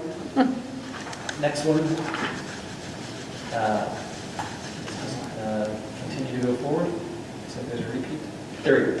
Just some mandatory reminders that we have related to the budget, including contingency budget, what the budget format is, and the part of our public hearing. And then the next slide is the end of our presentation. So thank you to the Board of Education for their attention and their input in helping us begin this process of developing a budget. In April, we can feel comfortable going to the community that best represents our educational values and goals. Yes? Can I just add one more comment at the end? I know it's all about showing numbers and everything to the community as well, but I think sometimes we are worried about the community members that don't have kids in the district. So I think just even things like we did tonight with the 2 different programs we have, and Chloe talking about the sports and reminding people why we have all these programs and what is so great about the district, and how so many people that even grew up around here move back here, and stay here. It's just, a good reminder when you can, and have the meet and greets or the town forums, just to remind people like what the programs actually do. Like they're in the Project Lead the Way, and they're going on now to go into medical school or different nursing programs and things like that. So I think it's, so many spreadsheets and numbers and things, but I think putting real life experiences with it is important as well. Remembering why. Well, this conversation, very well put, this conversation was a needed conversation to have to help us get some direction, and we will spend less time in previous board presentations focusing on this conversation, because we'll get the numbers that we have and we can tweak with you, and focus on the athletic presentation that you saw, the transportation program, but definitely focus on the fact that the budget in all its spreadsheets is a representation of our educational values. So well put. That concludes the budget presentation this time. We are up to the consent agenda, item number 8 out of 15, 20. Would anyone like to pull anything from the consent agenda? Can I ask for a motion to approve the consent agenda? Second. All in favor? Okay. We do have 2 items that were removed from the consent agenda, which are donations. The first one is a donation for 4 guitars for the Hendrick Hudson High School Music Department. And that is from Mr. Joseph Cohen, who has donated 4 guitars to the high school music department for a total estimated cost of $300. There are 4 guitars there listed. And I would ask for a motion from the board to approve this donation totaling $300 for the 4 guitars. Motion to approve. Second. All in favor? The second donation is from the class of 1980 alumni to support the Hendrick Hudson High School students. So the class of 1980 alumni has donated a check for $400 to be used to support the high school and its students. So I ask for a motion to approve this donation totaling $400. To approve the donation. Second. All in favor? Thank you to our donors. And back over to you, Mike, for the superintendents. Yes, so out of respect for everyone's time, and my update was included in the budget presentation. We spent the majority of our time focused on that to make sure that we were informed. So I will ask the cabinet, have a good evening, get home safe, and thank you for all of your help as well. Thank you. Thank you. And there were no questions requiring follow-up. There is one outstanding one that's submitted through the Just Ask format, which I will respond to in that related to the first responders exemption. But I will follow up with that offline. It's the question and answer button that we have on top of our website. If you have a question. Yeah, it's on.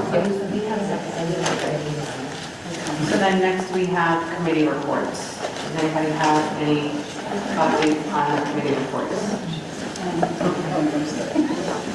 Start right here. Okay. No, I was just going to say, our committee report was the finance presentation and navigating through that. So that's sort of our work in progress. Right. Facilities, you saw part of it there, and we are still looking at coming up with our 10-year plan, and I don't know for that. Centennial will be up. Anything else? Okay. If people are not yet following the PTA Advocacy Committee, I suggest that you get on their mailing list because Lisa just sent out an amazing email full of every single link for all of the legislative actions that will benefit our district and ways that our community members can get involved. So if you're not already on the PTA Advocacy Committee's email list, jump on because there's going to be a lot of calls to action to get our elected officials involved in being the, to use Mike's term, to be our hero and get us some much needed sources of revenue. So How do you get onto that list? Everyone, it's eye contact, so anyone that's on the, so anyone that's in the, anyone that's subscribed through the PTA is also on the PTA Advocacy Committee email address. They're all in that, the community list on there is probably only a couple hundred people. I think there's a link on our website to sign up for emails. Is it, I guess, is it possible for us to like send that, like, is it, do they, I wonder if they send that kind of stuff to the senior centers, like the Buchanan team that meets? that's a great question. So there's actually an email address. I'm just going to say it. If you're not on the list, just send them an email and say, sign me up, pta.advocacy@henhudschools.org. They'll put you on the list. And then once you're on there, there's actually a ton of links. It says sign up here. Do you have a friend who'd like the emails? So if you know somebody who'd be interested, forward them the email. Click on the link, send an email. Just this is a really important way over the next few months that we're going to try and rally the community to try and get the support that our district needs. Benita, can we add to eye contact? We don't, I don't support. I know, but does, can that, if We they- can add on to the list of people, yeah, the subscription group. There is actually a PTA advocacy subscription group, so we can add to that. So when they're sending out an eye contact, it's to all those people who subscribe for it. We also have a, on our website under community, a mail list that you can actually join for the alumni. So we can add to that if you want and should collect probably. information through that. we probably should ask if they want to subscribe to our community email newsletters. We have, I think we do have a checkbox for that. Okay, then that would be this similar to this. Yeah. Okay. So take a look at that. It's under, on our district website under community, and it's a join our mailing list. Awesome. Okay, great. Thank you. Thank you. Anything else from anybody? Audience comments? Anyone sign up on agenda items? No, anybody's still awake. Board comments and new business. We have 2 items under here. The first one is a draft for the 26-27 How to Press and HUD calendar. I'm confused why, I'm just looking to be educated, why the calendar is under board comments and new business. I've never seen that there. We decided to have a conversation about it instead of putting it under the consent Rather than agenda. consent agenda. Right, we decided to have a Oh, we're conversation talking about it. Okay, cool. And Open then it up to opening it up for discussion. Yeah. Opening up to board discussion rather than having to make you go through a motion to pull it. Did you want to say anything before? Got it. No, this calendar reflects a collaborative approach between the HHCA, led by Lawrence Collins, between the HHCA, a number of our other collective bargaining units, we normally start at a point where we take a look at the proposed PNW BOCES calendar, and then we look at all of our collective bargaining agreements to make sure that there's a balance, there's feedback elicited over a number of meetings, and this is the net result of that has come out of it. So I just had one question, and you kind of probably answered it already. HHCA is okay with this because I do see that it has only one superintendent's conference day before the start of the school, and everyone's okay with that. Because with that, I also really like the fact that those other PD days are spread out, so it's like something can come up and we can do something, like it's not, because usually it's always like, it's always like jam-packed in the beginning. So I do kind of like this. I just wanted to make sure that the teachers union was okay with that configuration. Yes. Okay, cool. More about those conversations. So now we bring this back to vote in the consent agenda? No, we can. You could make a resolution if you'd like to do it now. Do we want to do it now, or do we want to give the community another opportunity to just weigh in on it, one way or the other? What can they weigh in on, really? Because so much of it is contractual. Yeah, I was going to say, I don't I think it's more of, I mean, I don't know, I think that people are going to be surprised to see the kids come in before Labor Day. But can we change it? If you want February break. Not everyone's well, is the rule before that, or is it September 1st? So it's September 1st. Yes, I don't think it's a Labor Day thing. Labor Day's late this year. I don't think it's a you start after Labor Day. I think it starts September 1st, if I believe. I'm okay with us just. Yeah, I don't. Yeah. I'd like to make a motion to approve the 2026-2027 calendar. Second? All in favor? Okay. Second thing on our board comments new business is the centennial update. So, I don't know if we have like I mean, I can give you my perspective from what I'm working on the update, but Lauren can probably share a little bit more, either one about the events timeline, which I think is our events timeline up yet? It's not up yet. As of noon today, it was not there, so that's why we only included the save the date, so we can kind of just promote that as much as possible, and we include the website so people can go as the updates come, and they can go there to see all of the events that are going to happen. And we did a little blur about the school's history, so it's there. Okay, so Does the committee have any additional updates that they'd like to share? Just the tickets for the Centennial Gala are going on sale in February, right, Maureen? And where will people be able to find that sale? Well, a link's gonna go out, right? Yeah, so thanks to the HHCEF, we have a special website that will be coming out for tickets to be purchased at various different levels. So individual seating or table seating, and different sponsor levels, and that will all go out through one website promoted by the HHCEF. And we'll link it on the Centennial page on the website, which is at the top of our website, thanks to Benita. The other two events that will be happening during the month of May to support the Centennial is a time capsule, unveiling the time capsule, and there is a sub-page on this website now about the time capsule and a little bit about what we know and what we're going to be learning about it, as well as we're planning on ways for our current community to be involved in the next iteration of the time capsule. And then we're working on a more like a living museum or a movie to celebrate and to share across the last 100 years the different artifacts that we've collected and will be collecting from community members and showcasing that through an event here at the high school as well as some building tours.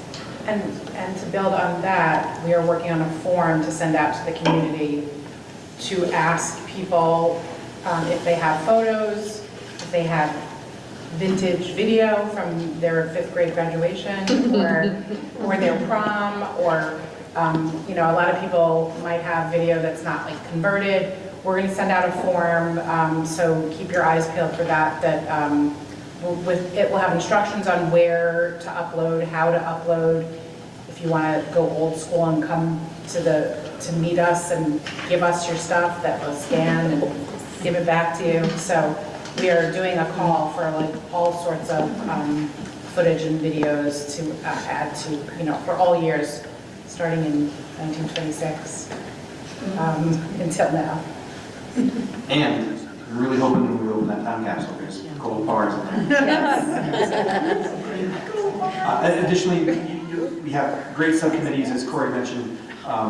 We have a time capsule subcommittee who's working a lot with our facilities, trying to identify the location and opening and plans around that, and how we're going to have students interact, how we're going to have that be part of the whole celebration.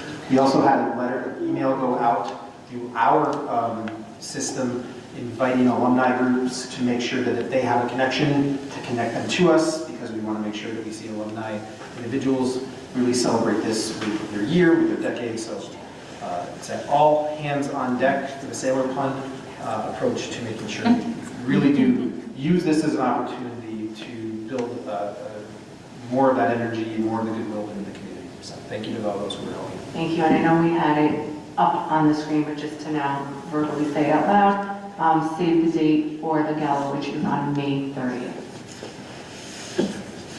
Okay. policy readings, we have 8 first readings, and then we are, thank you guys. Okay, so these are all first readings, and they will come back in our next meeting with any feedback and modifications needed to be made before we do our second reading. So the first one that we have is first reading of a revision of policy 2210, board organizational meeting. The Board of Education recommends. Second. All in favor? This was a policy that we had just updated last year, and since that time, notification came out of a change that we had to make. That was from the state, I believe. Yeah, it was just, within that first part, it was that we had to hold it by the first Wednesday. Now they're saying just by the 20th day in July, not changing what we are doing right now, but it gives a little more flexibility if needed. So that was more of a legal change. Yeah, we're just changing that, the dates. And like I said, it won't impact how we're planning, but it gives a little leeway in case of traveling or availability. Are we, because that's a state law, right? Yes. So can we just waive the second reading and vote on it tonight? We could. Because I mean, even, yeah. We could. That's the only thing we changed. Yeah, it was just Nothing that- else changed. That one date, because that was. Do it. Yeah. Do it. I'd like to make a motion to waive the second reading of Board Policy 2210, Board Organizational Meeting. Second? All in favor? I'd like to make a motion to approve Board Organizational Meeting Policy 2210. Second? All in favor? Thank you. And this one, none of them later, so You would? 3, 2, 1, please. Or does it?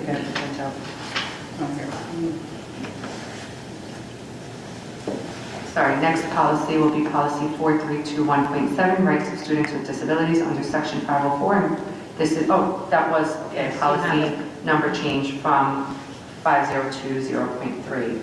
The Board of Education shall. Motion to waive the reading? Second. All in favor? okay, so this is during our NISBA audit. You're going to see certain things where we're just basically not changing very much in the language, we're just aligning the policy numbers. This is one of those situations where we are aligning the policy number. The old policy number is 43217, the new policy number is 502.3. And within this, Students. we did not, We made one change, which was just for it to also include the designee. that's the only thing, it's exactly the same as our prior policy. It's just a number change. Can we vote on it? Okay, let's waive the second reading. I'd like to make a motion to waive the second reading. I'm so hungry. Second? All in favor? I'd like to make a motion to approve policy 5020.3, rights of students with disabilities. Second. All in favor? Okay. Okay. Good job, guys. Now we are, next 50, do a 50-30 next. Oh, I do. Next, we have, sorry, I'm out of order here. 50, I have 50-30, yeah. So we have first reading of policy 50-30, student complaints. The Board of Education believes it is necessary. Oops.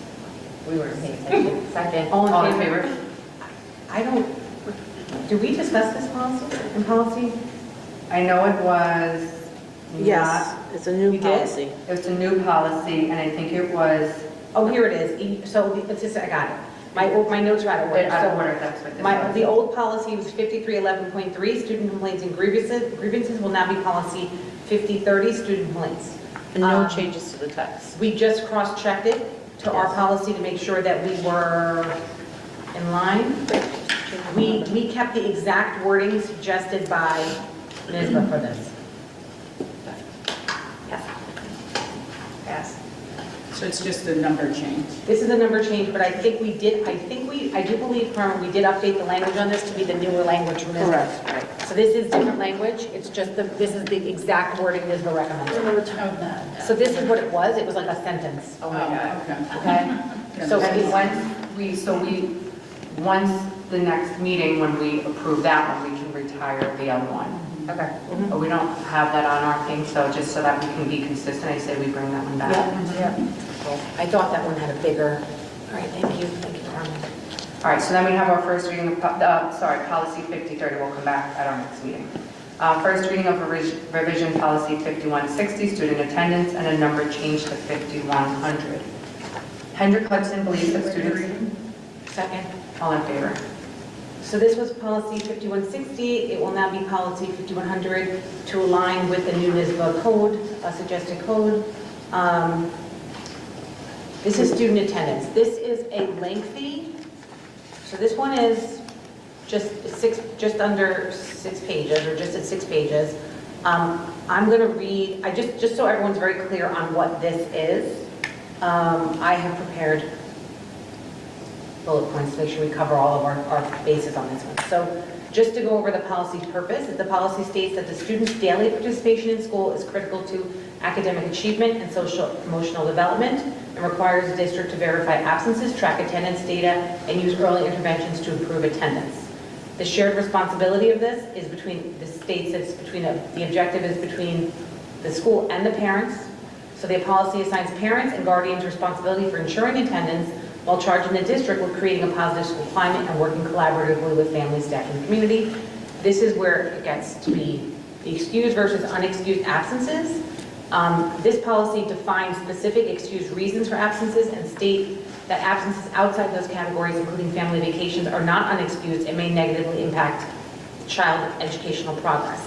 Timely parent notification, excused and unexcused absences. Parents are required to notify the school on the morning of an absence, tardy or early departure, and notifications received more than 24 hours later will not be considered excused. Attendance records and transparency.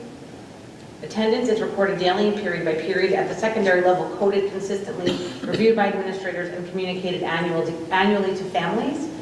The course credits. So this, I think, is important to point out. So the policy is explaining that insufficient attendance, including both excused and unexcused absences, may result in loss of course credit at the high school level or denial of promotion at the middle school level, with appeals decided by the building principal. So this is where, if you are in a course that is a full year course and you have 20 absences, you could, doesn't matter what your grade in the class is, you could lose all of those credits. You could potentially have the credit denied.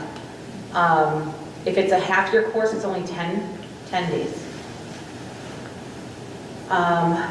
This policy also outlines how the school will notify using a progressive notification intervention system. And on the 5th, 10th, and 15th absences, to ensure families are informed. And the whole point of this is a focus on intervention, not to punish students, to make sure that they understand that attendance is important. And this is all also outlined in the Code of Conduct. There are regulations that will be written to go along with this. And on here are the attendance codes we are outlining. These match up to where your students are within the building.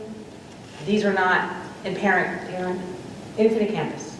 So it's the Infant Campus codes.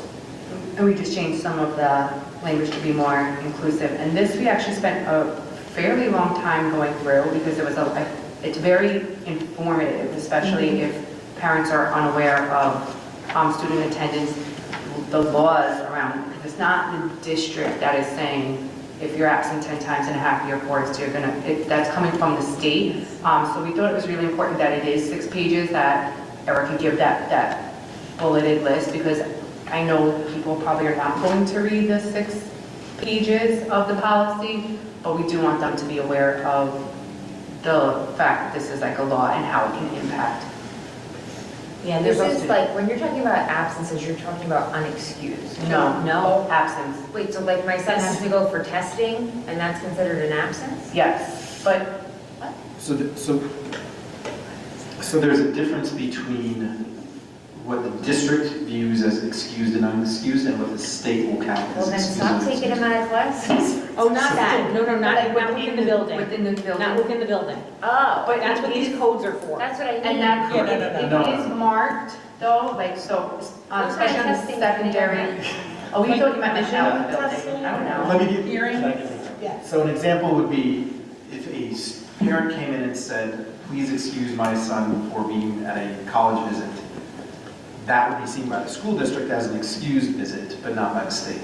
They're still counted as absence. I was I'm sorry, talking about absence. those codes. No, so No, to those are all. clarify That's also for you important though, to understand the distinction. in the secondary level, they do period by period attendance. So if a student is pulled for testing or a lesson or something, they do have to be marked that they were not present in that class. Right, that goes back to That does not safety, count for but it does not count, but it is marked there. So that would be one of those codes, just so, again. But it's not an No, absence. it's It is not not an an absence. Not an absence. No. I thought you were just pulling them out. Maybe. You never know. If they have braces, they get a lot of appointments. So the only thing for this, Carmen, is that there is a, LIV is listed twice in the codes. So if we could just take out the second library code on the attendance code for the next time. Okay. And then, oh no, that was the other one. All right. So that one will come back. Please read it. Next one we have is policy first reading of policy 5130, compulsory attendance. All children are Motion to required. waive the reading. Second? All in favor? This is again, this was about the aging of students. Yes. When they are considered to be of school age. 51, 55? 5130. Oh, This is about the age, like what age they start and what age they are technically. Yes. This was just, we don't have this policy currently. Oh, we do, we did. 87, so this is a revision. We approved it, it was last revised in 2016, so we're keeping the only thing we did was change the student. And the employment. Wait, so nothing changed? No. Just 2 words, a couple of sentences. You can't see the red element. Oh, but, yeah, what's in the bold on there is what there. we changed. Oh. We have to Or what bring, we added on.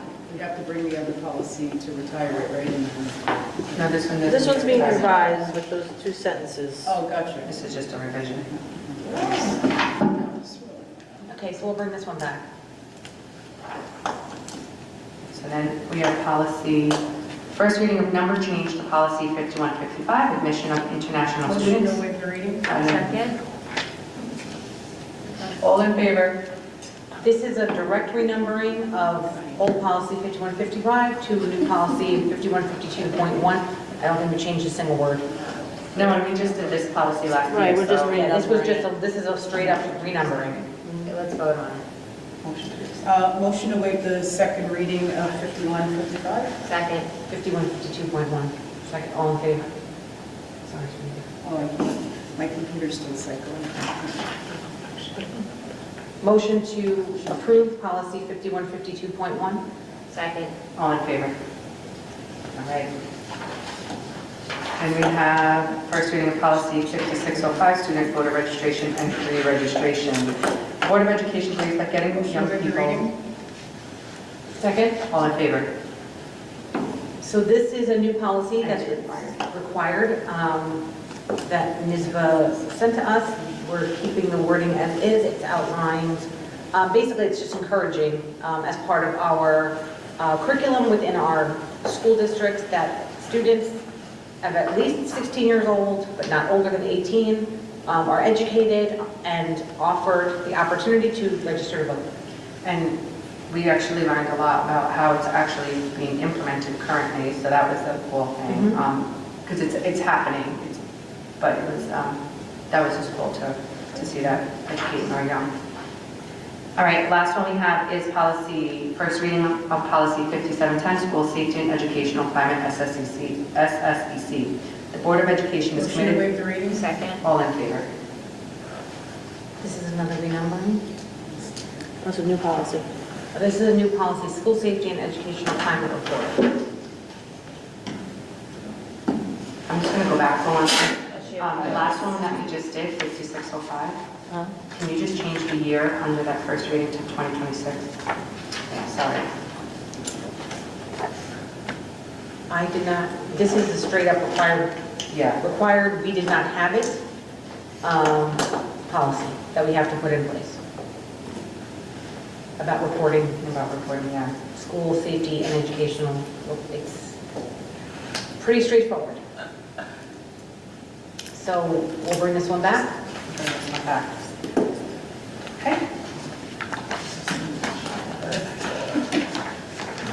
Motion, I'm going to ask for the Motion to motion. close the meeting?